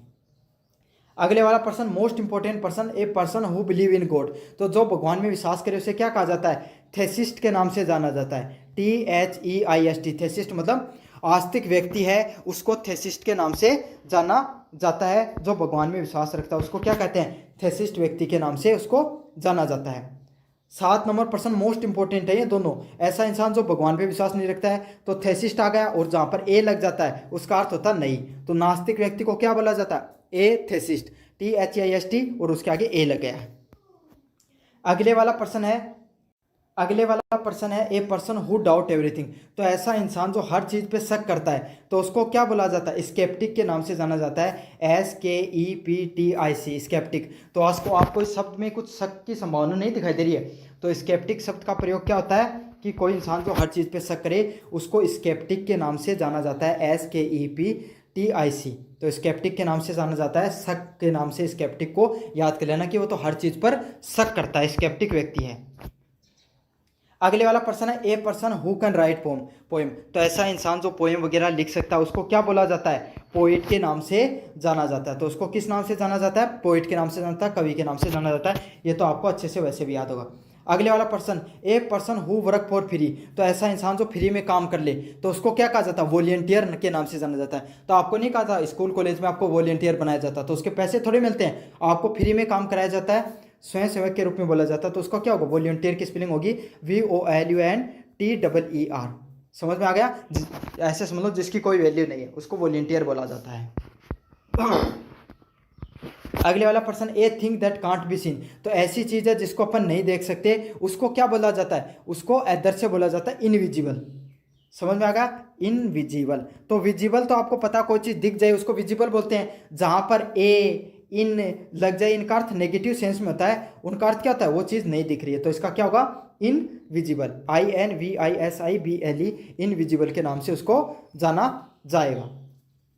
अगले वाला सेंटेंस है, a thing that can't be heard, तो ऐसी चीज है जिसको नहीं सुन सकते अपन, उसको किस नाम से जाना जाएगा? इनऑडिबल के नाम से आपको देखने को मिलेगा। तो नहीं सुन सकते, ऑडिबल मतलब क्या होता है? सुनना हो गया, और मैंने क्या बताया? इन लग जाता है तो उसका नेगेटिव सेंस निकल के आता है। इसका अर्थ क्या होगा? इनऑडिबल है वो, इसका अर्थ आपको देखने को मिलेगा, तो ए सर्वे होगा उसका। अगले वाला पर्सन है, अगले वाला पॉइंट है, a thing that can't be read, तो ऐसी चीज है जिसको अपन नहीं पढ़ सकते, उसको क्या बोला जाता है? इलिजिबल के नाम से उसको जाना जाता है। तो किस नाम से जाना जाता है? इलिजिबल। इलिजिबल ऐसे समझ लो इलीगल चीज़ है, उसको अपन पढ़ नहीं सकते, तो इसलिए इसको याद कर लो, इलिजिबल। ये सारे शब्द हैं, ये कॉम्पिटिशन में देखने को मिलेंगे आपको, आपके एग्जाम में भी देखने को मिलेगा, ये इतने इंपॉर्टेंट पर्सन आपको है। अगले वाला है, one who is all powerful, तो ऐसा इंसान जो बहुत ज़्यादा पावरफुल है उसे क्या बोला जाता है? ओमनीपोटेंट। ओमनीपोटेंट, तो आपको पता है, पोटैटो से याद कर लो, पोटैटो मतलब क्या होता है? आलू होता है। आलू बहुत, आलू खाकर आदमी मजबूत हो जाता है ना, बहुत ज़्यादा, तो वैसे याद कर लो, ओमनी नाम का आदमी वो पोटैटो खाकर इतना मजबूत हो गया कि उसको कोई हरा ही नहीं सकता, सर्वशक्तिशाली आदमी है। तो समझ में आ गया? ओमनीपोटेंट, समझ में आ गया? ओमनीपोटेंट से इसको याद कर लो, पोटैटो खाकर वो मोटा हो गया, एकदम सर्वशक्तिशाली हो गया। अगले वाला क्या? One who is present everywhere, जो हर जगह प्रेजेंट हो, तो ओमनी शब्द का प्रयोग क्या होगा? हर जगह के लिए। समझ में आ गया? तो ओमनी प्रेजेंट मतलब क्या होगा? प्रेजेंट मतलब हर जगह स्थापित होता है, और ओमनी मतलब प्रेजेंट मतलब स्थापित होना, और ओमनी मतलब हर जगह, तो सर्वव्यापी, जो हर जगह मिल जाए। अगले वाला है, one who know is some everything, तो ओमनी सेंट। ओमनी सेंट का ओमनी मतलब हर जगह, सेंट को ऐसे याद कर लो, वो एकदम संत है, ऐसा संत है जो हर इंसान की बातों को जानता है, तो इसको क्या होगा? ओमनी सेंट है, वो ऐसा संत है जो हर इंसान की बातों को जानता है, उसी को क्या कहा जाता है? ओमनी सेंट के नाम से जाना जाता है। तो आपको पता है संत वगैरह हर चीज जानते हैं, तो इसको क्या होगा? ओमनी सेंट है वो, इसका अर्थ होने वाला है। अगले वाला पर्सन है, one who look at the bright side, तो ऐसा इंसान जो आपकी क्या, इंसान अच्छाई अच्छाई अच्छाई अच्छी चीज़ों को देखे, उसी को क्या कहा जाता है? ऑप्टिमिस्टिक के नाम से आपको उसको जाना जाता है। तो ऑप्टिमिस्टिक कौन होते हैं? आया को नहीं भाई, आया को आदमी है जो हर मुश्किल परिस्थिति में क्या कर लिया है? ऑप्टिक चीज़ें, ऑप्टिमिस्टिक है, आशावादी एकदम, उसको क्या बोला जाता है? ऑप्टिमिस्टिक व्यक्ति बोला जाता है। समझ में आ गया? अगले वाला, one who look at the dark side, तो वो चीज़ों की, मुश्किल चीज़ों को देखता है, तो वो क्या होता है? पेसिमिस्ट होता है। समझ में आ गया? तो ऐसा समझ लो कि उसका तो 2 पैसे खर्च होते हैं, क्या हो जाता है? दुखी हो जाता है, निराशावादी आदमी है, तो उसको पेसिमिस्ट से याद कर लेना आपको। A life history written by someone, तो कोई किसी और इंसान के द्वारा अगर आपकी कोई चीज़ लिखी जाए, जीवनी लिखी जाए, आपके बारे में लिखा जाए, तो आपने नहीं सुना होगा वो उसकी बायोग्राफी। तो धोनी वाली मूवी बनी थी, वो उसकी बायोग्राफी पर ही तो थी। तो बायोग्राफी क्या होती है? ऐसा बायो नहीं लिखते हो आप, बायो के ऊपर एक ग्राफ लिखा गया, पूरा का पूरा पैसे लिखा गया, तो वो क्या बायोग्राफी हो गई, एक किताब हो गई, जो कि उसको क्या बोला जाता है? जीवनी के नाम से जाना जाता है। तो बायोग्राफी हो गई। बायो लिखते हो ना आप अपना इंस्टाग्राम पे या फिर जो भी सोशल मीडिया पे होते हैं, तो उस पर पूरा ग्राफ या पैसेज लिखा गया है। इससे क्या होता है? एक किताब लग दी, इतना बड़ा बायो लिख दिया कि एक पूरा पैराग्राफ पैसेज ही बना दिया, तो उसको जीवनी के नाम से लिखा जाता है। और ये कोई और के द्वारा, समवन एल्स दिखे, वहां पर बायोग्राफी लिखना आपको। अगर व्यक्ति खुद के बारे में लिख रहा है तो ऑटो शब्द का होगा। ऑटो मतलब खुद से, और बायोग्राफी मतलब वो समझा दिया, आत्मकथा होती है वो। The study of the stars, तो स्टार्स, ग्रहों के बारे में ज्ञान रखते हैं, उसको क्या कहा जाता है? एस्ट्रोनॉमी के नाम से समझा जाता है। तो जहाँ पर आपको लॉजी शब्द दिख जाए, लॉजी का शब्द या नोमी शब्द का अर्थ क्या होता है? अध्ययन करना। तो एस्ट्रो मतलब क्या? आपने एस्ट्रोनॉम का क्या अर्थ, क्या होगा? जो खगोल वगैरह के बारे में ध्यान रखते हैं। द स्टडी ऑफ माइंड, ऐसा इंसान जो दिमाग को पढ़ ले, तो साइकोलॉजिस्ट होते हैं वही तो दिमाग को पढ़ते हैं। तो साइकोलॉजिकल ऐसे भी समझ लो, ये तो एकदम साइको इंसान, एकदम पागल इंसान है, दिमाग वगैरह सब साइकोलॉजी से संबंधित होते हैं, तो इसका सही क्या होगा? साइकोलॉजी होगा। One who is always sleep, तो ऐसा इंसान है जो हमेशा सोया रहता है, उसको निद्रालु बोलते हैं। उसका शब्द क्या था? सोमोलेंट। सोमोलेंट। तो आपने जापान के जो सोमो आदमी होते हैं ना, मोटे मोटे आदमी होते हैं जो आपके सोमो रेसलिंग करते हैं, कुश्ती करते हैं, तो ऐसे समझ लो वो तो सोमो है, वो तो एकदम सारे दिन पड़ा ही रहता है, सोया ही रहता है। तो सोमोलेंट सबसे इसको याद कर लेना है। अगले वाला पर्सन है one who eat too much, ऐसा इंसान जो बहुत ज़्यादा खाता है। तो ग्लूटन, ग्लूटन सबसे याद कर लेना है कि गबड़ गबड़ गबड़ खा गया एकदम, मतलब जल्दी जल्दी खा गया, तो ग्लूटन से सबसे याद कर लेना है इसको आपको, GLUTTON ग्लूटन शब्द होगा। अगले वाला person a place where dead bodies are kept, तो ऐसी जगह जहाँ पर जो मृत्यु जो डेड बॉडीज है उनको रखा जाता है, वो क्या होती है, मोर्चरी होती है। ये तो आपको भी पता होगा, शवगृह को अपन क्या बोलते हैं, मोर्चरी के नाम से जाना जाता है। जहाँ पर डेड बॉडीज है उनको रखा जाता है उसे मोर्चरी के नाम से ही जानते हैं। तो इसका सही आंसर क्या होगा, मोर्चरी सबसे जाना जाता है शवगृह को। तो ये तो आपने अखबार में भी सुना काफ़ी बार। A place where animal are kept, तो जहाँ पर जानवरों को रखा जाता है वो क्या होता है, उसको जू कहा जाता है, चिड़ियाघर के नाम से जाना जाता है। अगले वाला a speech made without preparation, तो एक्सटेम्परर, एक्सटेम्परर मतलब टेम्पो की तरफ बिना कुछ तैयारी करे आ गया, एकदम कोई तैयारी नहीं है, उसको एक्सटेम्परर बोला जाता है। अगले वाला last number A person who travel on foot, तो जो पैरों पर चलता है, पेडेस्ट्रियन, पेडेस्ट्रियन को समझ लो कि पैदल ही चल रहा है वो आदमी, तो उसको क्या पेडेस्ट्रियन के नाम से जाना जाता है। तो ये होगा आपका जो डेफिनेशन, जो एंटोनिम सिनोनिम सारे के सारे करवा दिए। अब बात करें अपन एंटोनिम और सिनोनिम की, तो सबसे पहले आपको मैंने ज़्यादा नहीं 15 ही करवा रखा हूँ, सारी ट्रिक के साथ करवा रहा हूँ, अच्छे से कर लेना, ऐसी ट्रिक आपको कहीं पर नहीं देखने को मिलेंगी। पहला है हैप्पी, हैप्पी मतलब खुश होना, तो हैप्पी का जो सिनोनिम हो क्या होगा, जॉयफुल। तो आप जॉय में होते हो, खुशी में होते हो, तब उसको जॉयफुल ही तो बोलते हैं। और खुशी का उल्टा क्या, उदास हो गया, सैड हो गया। तो हैप्पी मतलब जॉय से फुल है, पूरी तरीके से भरा हुआ है, इसीलिए वो क्या है, खुश है। और इसका उल्टा सैड तो आपको पता ही है। अगले वाला पर्सन है ब्रेव, तो ब्रेव का क्या हो, क्रेज, क्रेजियस, तो एकदम क्रेजियस आदमी है ब्रेव आदमी। कोई ब्रेव आदमी होता है वो क्रेजी होता है ना, एकदम क्रेजियस होता है, क्रेज से भरा था, बहादुर हो गया। इसका उल्टा क्या होगा, कावर्ड, एकदम काऊ की तरह, एकदम क्या, कायर आदमी है। तो ऐसे याद करो, कावर्ड को क्या याद करो, काऊ की तरह एकदम कायर आदमी है। तो ब्रेव का उल्टा क्या होता है, क्रेजियस आदमी हो गया। क्रेजी आदमी होते हैं एकदम जिनमें क्रेज होता है, बहुत ज़्यादा साहस होता है, उसको क्रेजी बोलते हैं, क्रेजियस बोलते हैं। और कावर्ड मतलब काऊ की तरह एकदम कायर आदमी है, ये याद कर लेना। अगले वाला पर्सन फास्ट, फास्ट मतलब जो तेजी से कार्य करे उसको क्या बोला जाता है, क्विक, क्विक तो ये तो पता है आपको भी याद होगा। और स्लो, स्लो मतलब धीमा, तो ये तो सब कर सकते हो आप। अगले वाला क्या, होनेस्ट, होनेस्ट मतलब क्या, सच्चा व्यक्ति। तो सच्चा व्यक्ति होगा वो क्या होगा, हमेशा ट्रूथ बोलेगा, सच्ची बातें बोलेगा, तभी तो सच्चा आदमी होगा, होनेस्ट आदमी होगा। और इसका उल्टा क्या, डिसहोनेस्ट हो गया। तो डिस हो गया, इन हो गया, ये सब क्या होते हैं, आपका झूठे से संबंधित होगा। तो आपको पता है जो ऑनेस्ट आदमी होगा वो हमेशा क्या बोलता है, ट्रूथ, सच्ची बातें ही बोलता है। अगले वाला पर्सन स्ट्रोंग, तो स्ट्रोंग आदमी होगा वो पावरफुल होगा, मजबूत होगा, स्ट्रोंग होगा। आपको तो पता है स्ट्रोंग आदमी हमेशा क्या होगा, पावरफुल होगा, पावर से भरा होगा, एकदम पावर से फुल होगा एकदम, तो वही आदमी स्ट्रोंग होगा। वीक मतलब कमजोर, तो कमजोर आदमी होगा एकदम वीक आदमी, एकदम लकड़ी आदमी, ऐसा नहीं बोलते अपन, तो वही वीक होगा। अगले वाला person lady, lazy, sorry lady नहीं, लेजी, लेजी मतलब क्या होगा, एकदम आलसी आदमी के लिए। तो आइडल, आइडल ऐसे समझ लो कि एकदम आइडल की तरफ पड़ा रहता है, तो आइडली पड़े रहते हैं, मतलब जो कुछ कार्य नहीं कर रहा है, बस ऐसा ही पड़ा हुआ है, आइडल है एकदम, ऐसा कैसा पड़ा हुआ है। और एक्टिव मतलब क्या, एक्टिव है, एक्टिवा चलाकर एकदम एक्टिव है, ऐसे याद कर लो आप, एकदम मतलब सक्रिय आदमी है। तो एक्टिव का एंटोनिम होगा, उल्टा शब्द क्या होगा, एक्टिव शब्द होने वाला है। लव मतलब क्या होता है, प्यार, प्यार समझ, तो इसका क्या, अफेक्शन है, उसको उसके प्रति अट्रैक्शन है, अफेक्शन है, वो क्या होता है, प्रेम होता है। और उसका क्या होता है, हेट, उसका उल्टा शब्द होता है।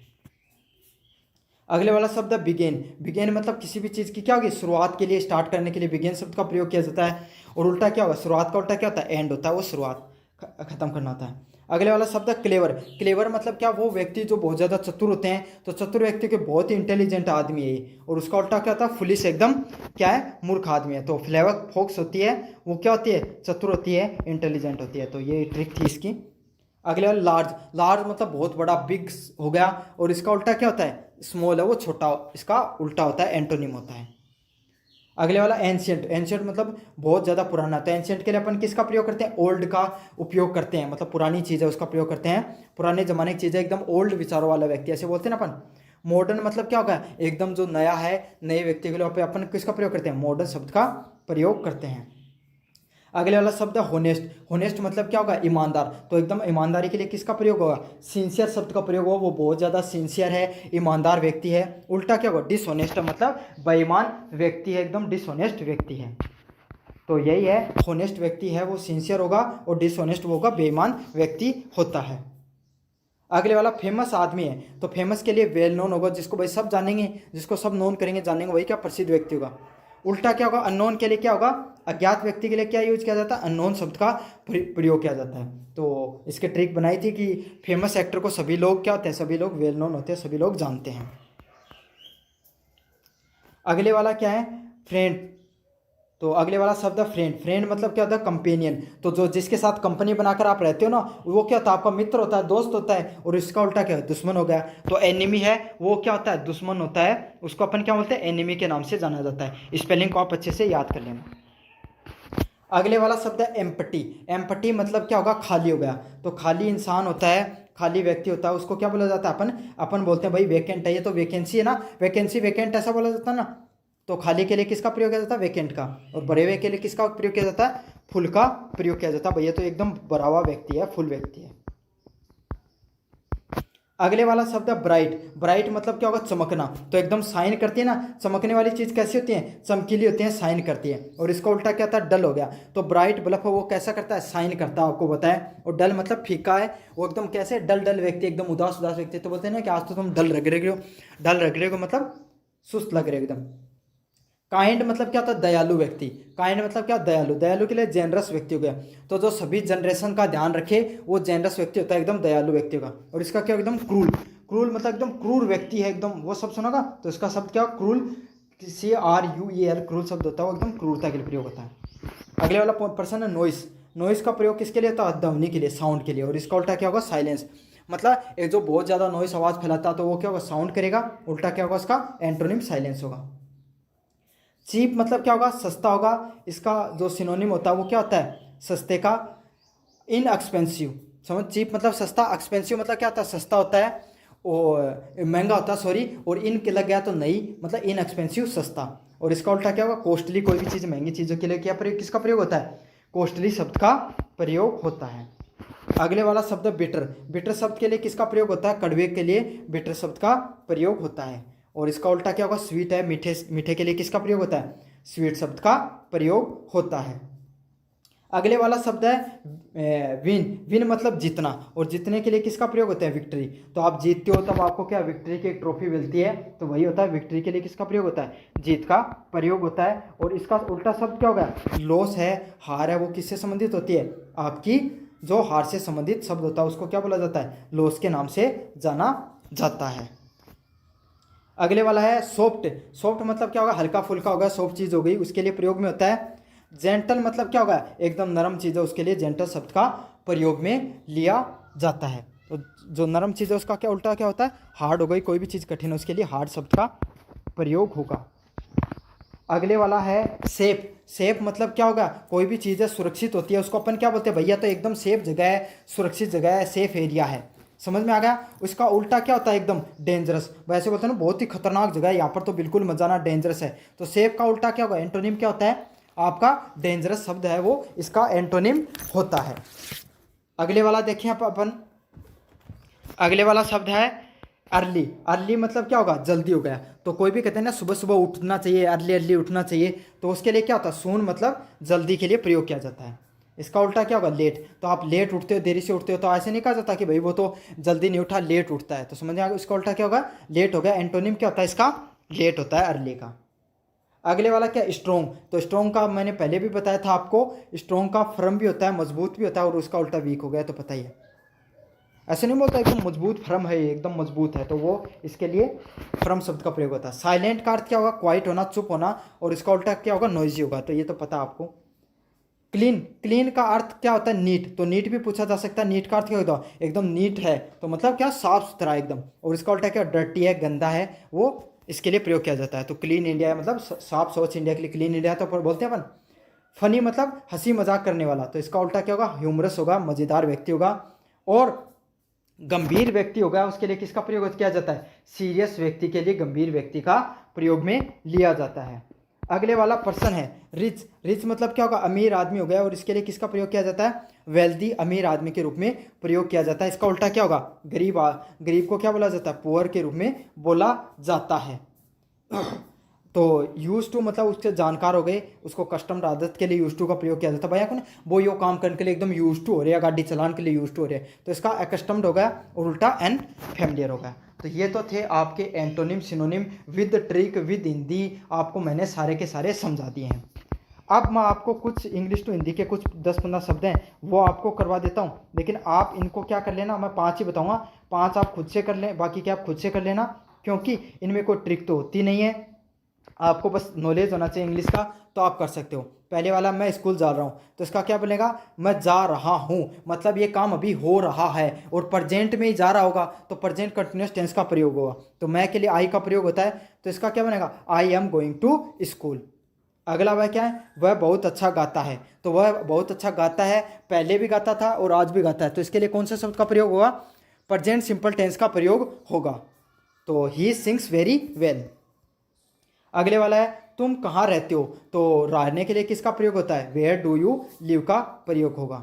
अगले वाला है तुमने खाना खाया, डिड यू ईट, तो क्या तुमने खाना खाया, तो ये क्या होगा, पास्ट में तुमने कोई कार्य किया या नहीं उसके लिए प्रयोग होगा, डिड यू ईट फूड। अगले वाला तुम्हें अंग्रेजी सीखनी चाहिए, I want to learn English, है ये वाला शब्द देखने को मिलेगा। अब इंग्लिश टू हिंदी की बात करें, he is reading A book, तो वह एक किताब पढ़ रहा है, आएगा आपको पता है सिंपल, वो भी कोई इज रीडिंग है, प्रेजेंट कंटिन्यूस टेंस है, तो क्या कोई कार्य चल रहा होगा अभी प्रेजेंट में भी। अगले वाला है I have finish my homework, तो मैंने अपना होमवर्क पूरा कर लिया है, ये काम क्या हो चुका है, प्रेजेंट में हो चुका है, तो आई हैव फिनिश्ड का प्रयोग का होगा। ही लुक वेरी टायर्ड, तो वह बहुत थकी हुई लग रही है, तो अभी भी लग रही है, अभी भी वो काम है वो प्रेजेंट में हो रहा है, तो प्रेजेंट सिंपल टेंस। अगले वाला पर्सन है can you help me please, क्या आप मेरी मदद कर सकते हो, इसके लिए प्रयोग होगा। अगले वाला where we are going to the park, तो हम पार्क में जा रहे हैं, ये सारा है। तो सारा का सारा रिवीजन, शायद ही कोई चैप्टर, कोई कॉन्सेप्ट, कोई टॉपिक है वो मैंने छोड़ा होगा, पूरी की पूरी क्लास है, बस आपको अच्छे से देख लेना है, अच्छे से पढ़ लेना, आपका सारा रिवीजन इसी क्लास से हो जाएगा। धन्यवाद।